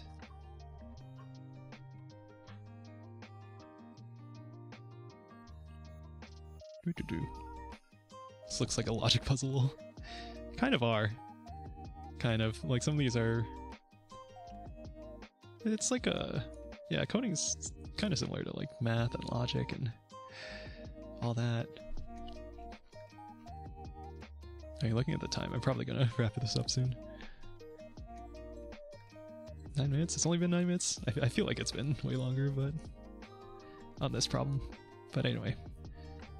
We want to loop over each column in the row? Okay.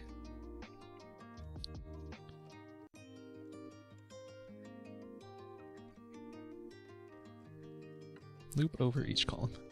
Cur equals dictionary. Da-da-da-do.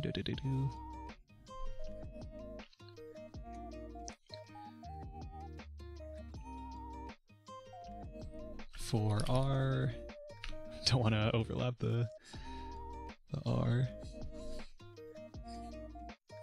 For what's the name for this variable?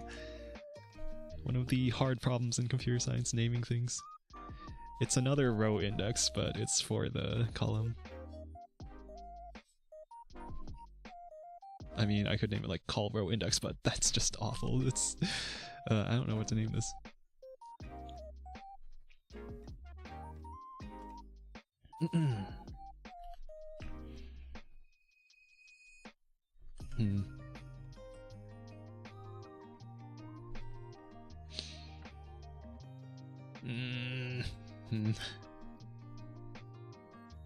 I could use I again, but whatever. We'll use J. Let's just use J. Let's call it J. I don't know. I can just name it J. It's gonna be fine. In range of... What is this? Length of grid of... I know it's an n by n matrix, but I'm still like trying to think of what the proper things would be here.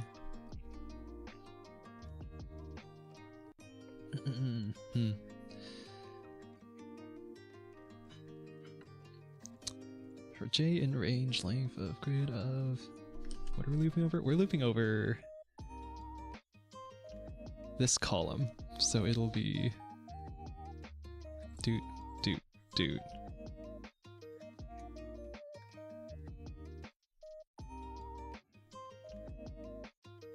Oh, length of grid? It's just length of grid, isn't it? Do. Yeah, to be like technically correct here, like the length of grid is like the number of rows. So 1, 2, 3 in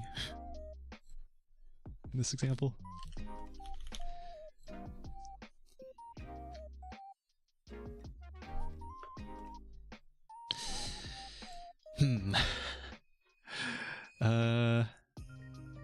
Cur of j is the index, and then we want to add the value grid of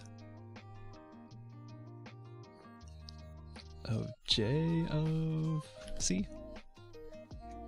Yes. And then when we're done, scene. So if, all right, our return variable, our answer variable, so I call it equal pairs because that's the name of the problem. I prefer like a descriptive name. I mean, you could just name it like rat or answer or something like that, but I feel like if you're seeing this actual code in the wild, it would be nicer to have a descriptive name there. So now, because Python has dict equality, we can check if cur in scene, then equal, and we also need to put this here. Ooh, are we actually finding the number of pairs here, or is this gonna be something weird?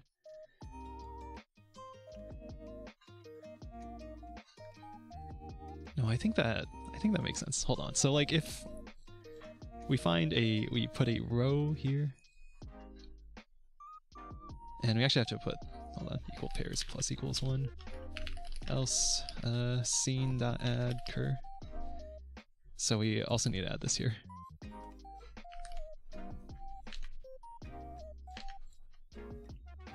Can't just assume that it's in there, or assume that's not in there.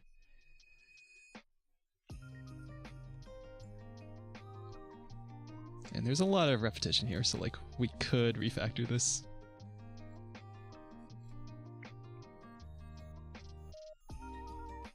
But I'm not gonna do that right now.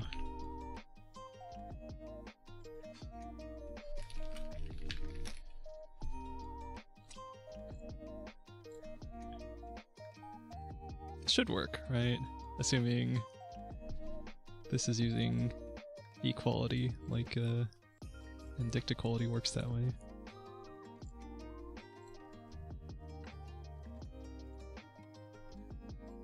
Unhashable type dict. That would make sense. So actually, we could use, we could like serialize this somehow to like a string or something.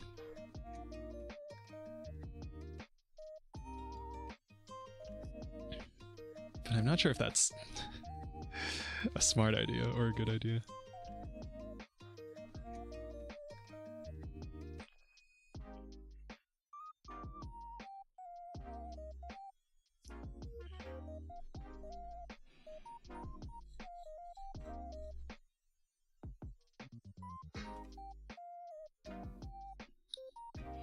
Yeah, that would make sense, not being able to put a dict into a set. This whole solution was hinging on that.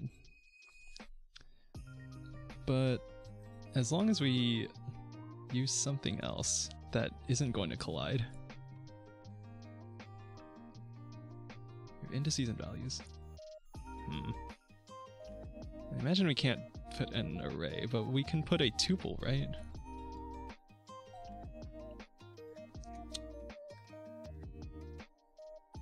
And actually, can you make a tuple with like an iterator comprehension, like a list comprehension, but for tuples? Is that a thing? I'm curious. I'm curious. So like, cur equals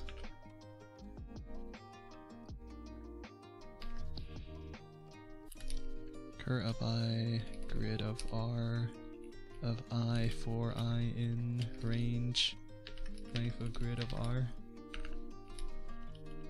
Is that a thing? I feel like we're kind of working around the problem here.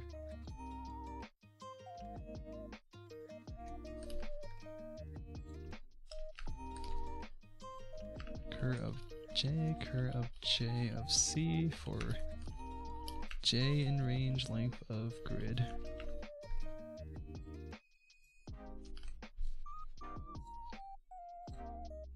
this does kind of feel like working around the problem.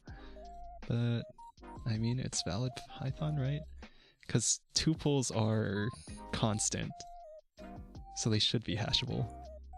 So we should be able to put them in the set, right?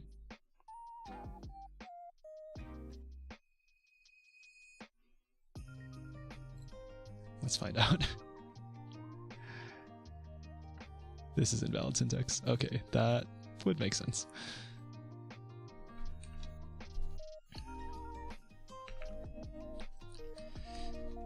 Whoa. Whoa. Whoa. Okay.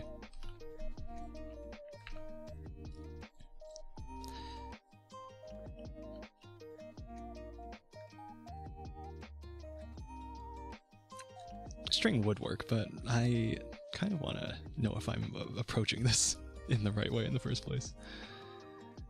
Like, to realize this, maybe I should try the string parse. How many hints are there on this? 3 hints? 3 hints.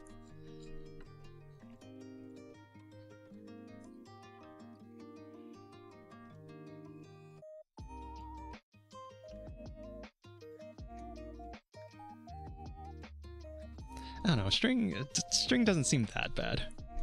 Let's try turning this into a string. Cur plus equals, is it string of cur of I plus, we'll use an underscore as our separator, plus string of grid of R of I.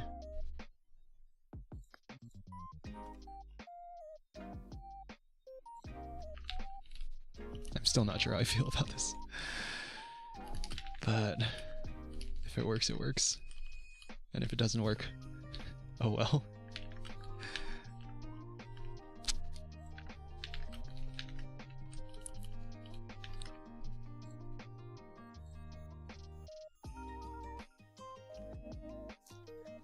String index out of range. Wait, what?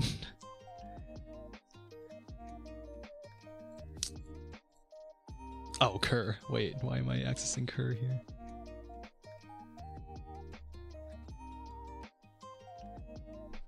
I. Yeah, I just want the index here. That's what I want. Yeah. Okay, yeah, that was left over from updating the dict. The dict.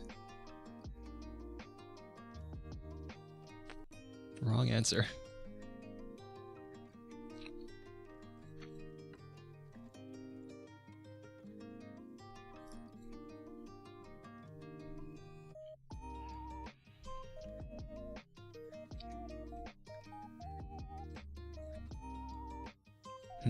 Wait a minute. I think this loop is off. Something weird about this.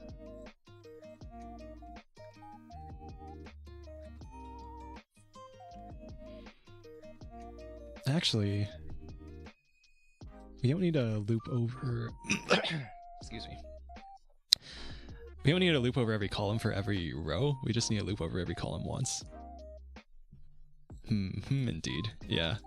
Yeah, no, that doesn't need to be like nested in that for loop. So then we just check every row and then we check every column.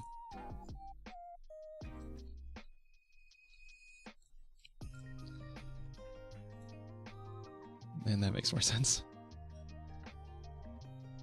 Yeah, okay, yeah, I was overcomplicating things there. Still not sure about the string. Like,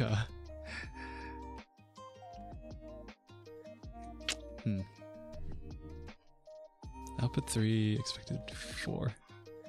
Oh, because the first one didn't count. Oh. Hold on.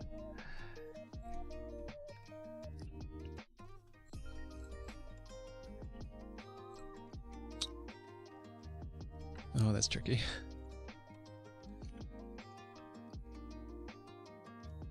Okay, so now that we have like the rows and columns turned into strings, we can use a dict here and then give them a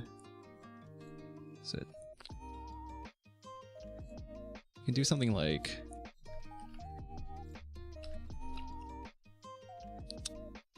Scene of cur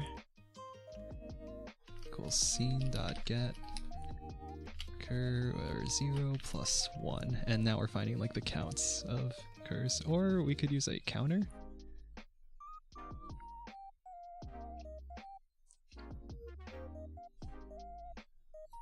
We could use a counter, but I don't want to look up the syntax right now for counter. Do the same thing. Scene of cur is... Now we're counting the number of occurrences of cur.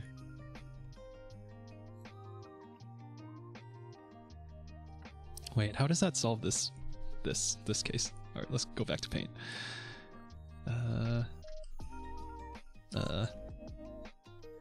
Expand this. 13, 13, 13. I guess the number doesn't matter. Okay. For each row, we're counting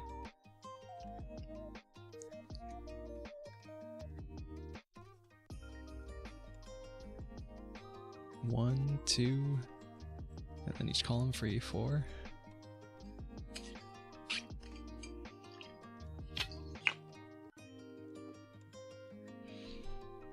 How does that actually turn into row column pairs? So actually that turns into like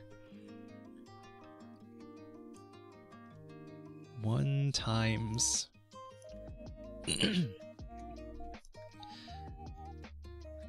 we have 1, 2, we have 1, 3, we have 1, 4.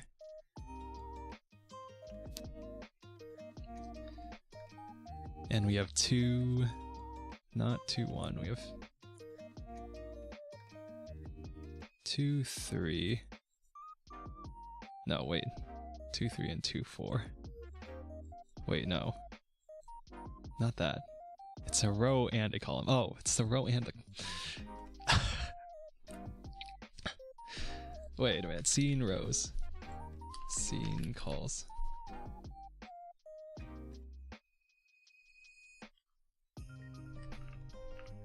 Wait a minute.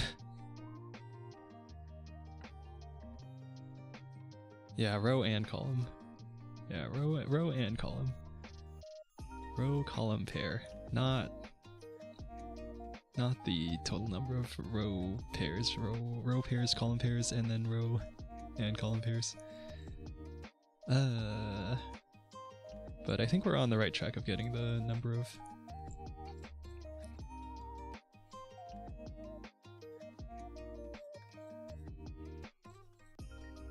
of each, right?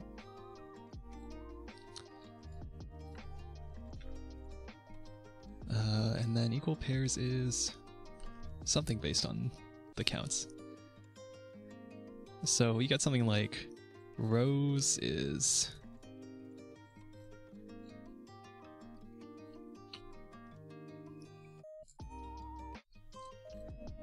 let's make 2 dicks.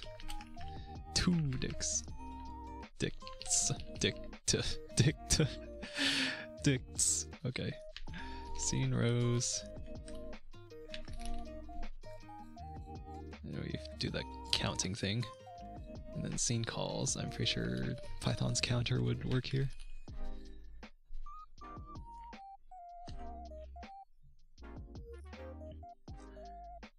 Rows looks like 13 underscore 13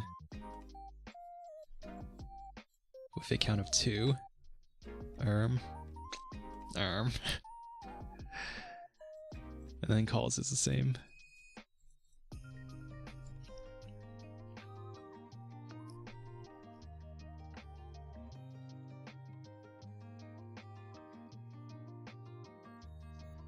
And what we want to do is multiply where the keys are equal.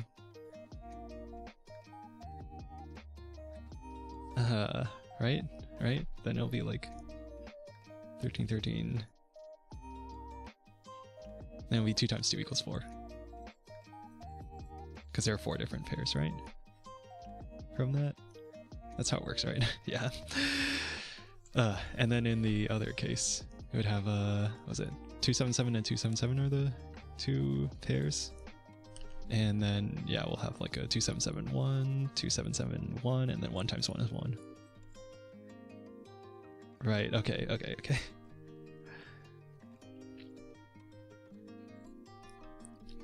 So now we can iterate over for...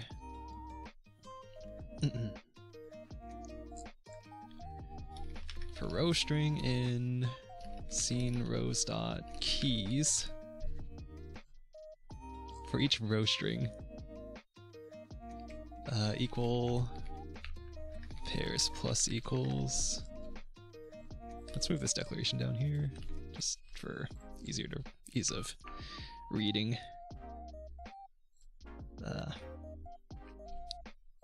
Get rid of this.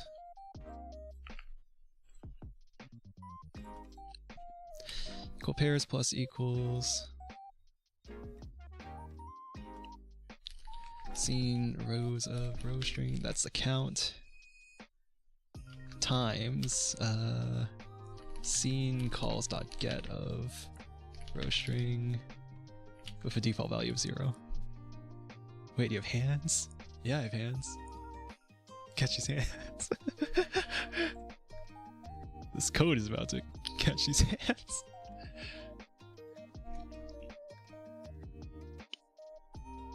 Right, okay, that's what we wanted. Bro, that's creepy. Yeah, it's a little... It's webcam tracking, not the most accurate. But, it works. Most of the time.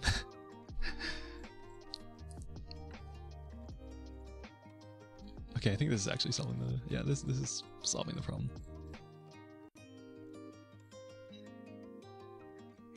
I'm not sure why I feel like the string, like turning the rows into like strings to make them keys in the dict feels weird to me, but it feels kind of weird to me. But I feel like it's also like a very reasonable solution.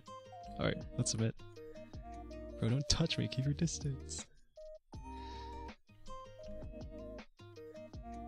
Neo's hands are based, you can sometimes see them when he takes a sip. I'm taking enough sips, my water bottle's almost out, and I'm probably gonna end the stream about here. 2 hours of LeetCode. Neo's hands are based, you can sometimes see them when he takes a sip. Oh, I already read that. Okay. Yeah. Time taken. Oh, needed auto. It records that for you. That's neat. I do want to know more about the solution. Oh, I hope my MS Paint wasn't blocking anything important. It's okay, dude. Little streamer moment. Yeah, I do want to see what other people did. Easiest Python solution to understand. Just empty list. Iterate through rows. Append it to the corresponding column in the columns list. Iterate through each row. For each row, iterate through each column. O of n squared, space O of n squared.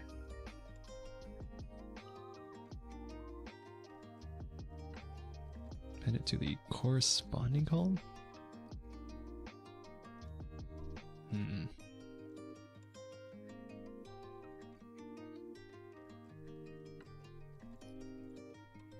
Iterate through each element in the first row.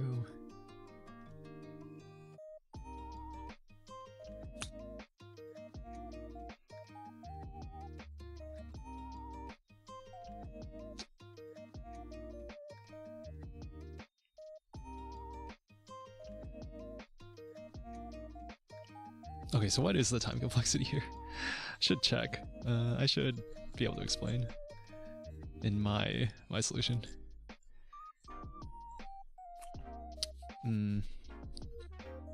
We loop over the rows. We loop over the columns.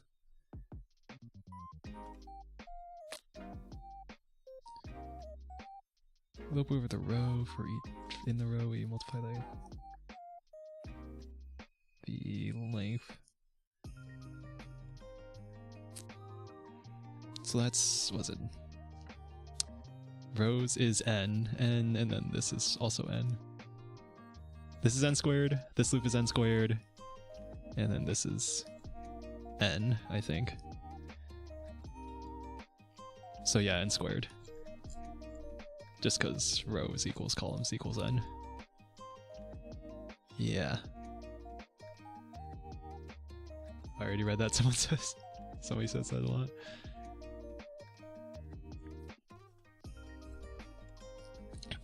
Okay. Okay, I spent enough time with my solution that this other solution doesn't really make sense to me. Iterate through each element in the row, append to a corresponding column. For each row, iterate through each element in the first row. The first element of the row is equal to the element in the corresponding column. Check if the entire row is equal to the column.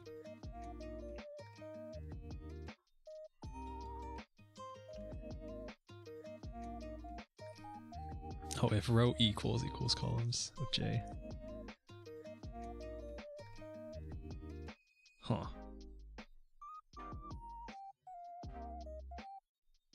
Oh, okay, so using like list equality.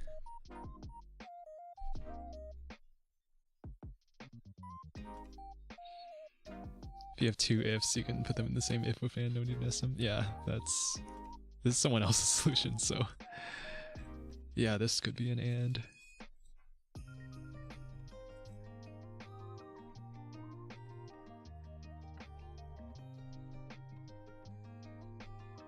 Okay, alright. I think I roughly understand what I did. This is kind of a weird trick though. Turn the row into a string to use it as a key in a hash map and then just keep counts of each. I want to know what other people have done though. Python. Understandable solution. Okay.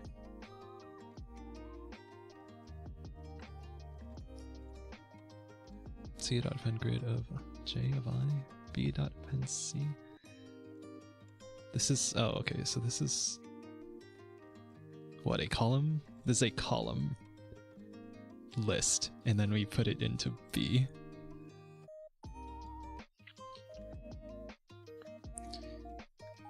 And then if the row is equal to, okay, for each row, for each column?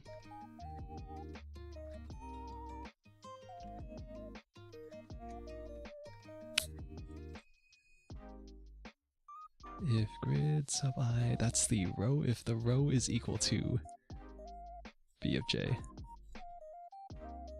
BJ. The column. If the row is equal to the column, then increment. Okay. So I probably was overcomplicating things. And you don't need a dict. I don't know why this was in the hash map set. But I did solve it with a hash map, so oh well. Yeah, Python list equality. Alright, good to know. I imagine the non-Python solutions are... Yeah, hash map solution, Rust Elixir. I haven't done any work with Rust or Elixir.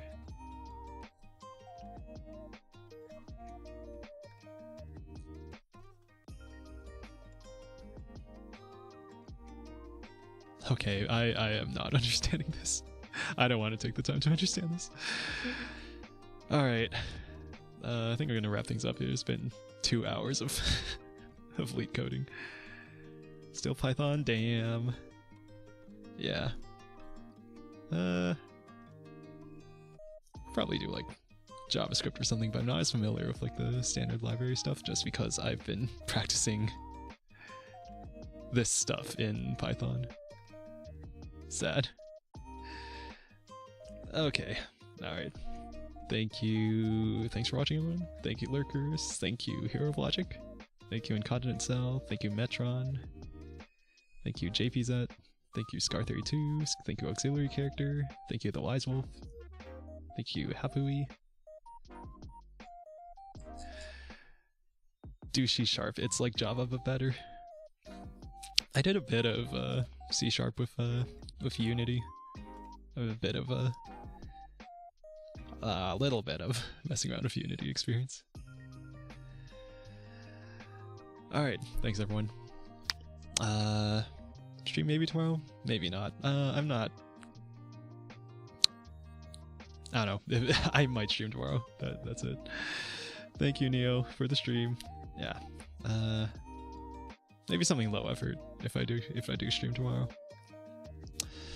All right, thanks for watching me do LeetCode and do programming and do the thing. I'm a pro Unity dev. You can Google my name. Oh, cool. Yeah, I'll check that out. All right. Bye, everyone. Bye-bye.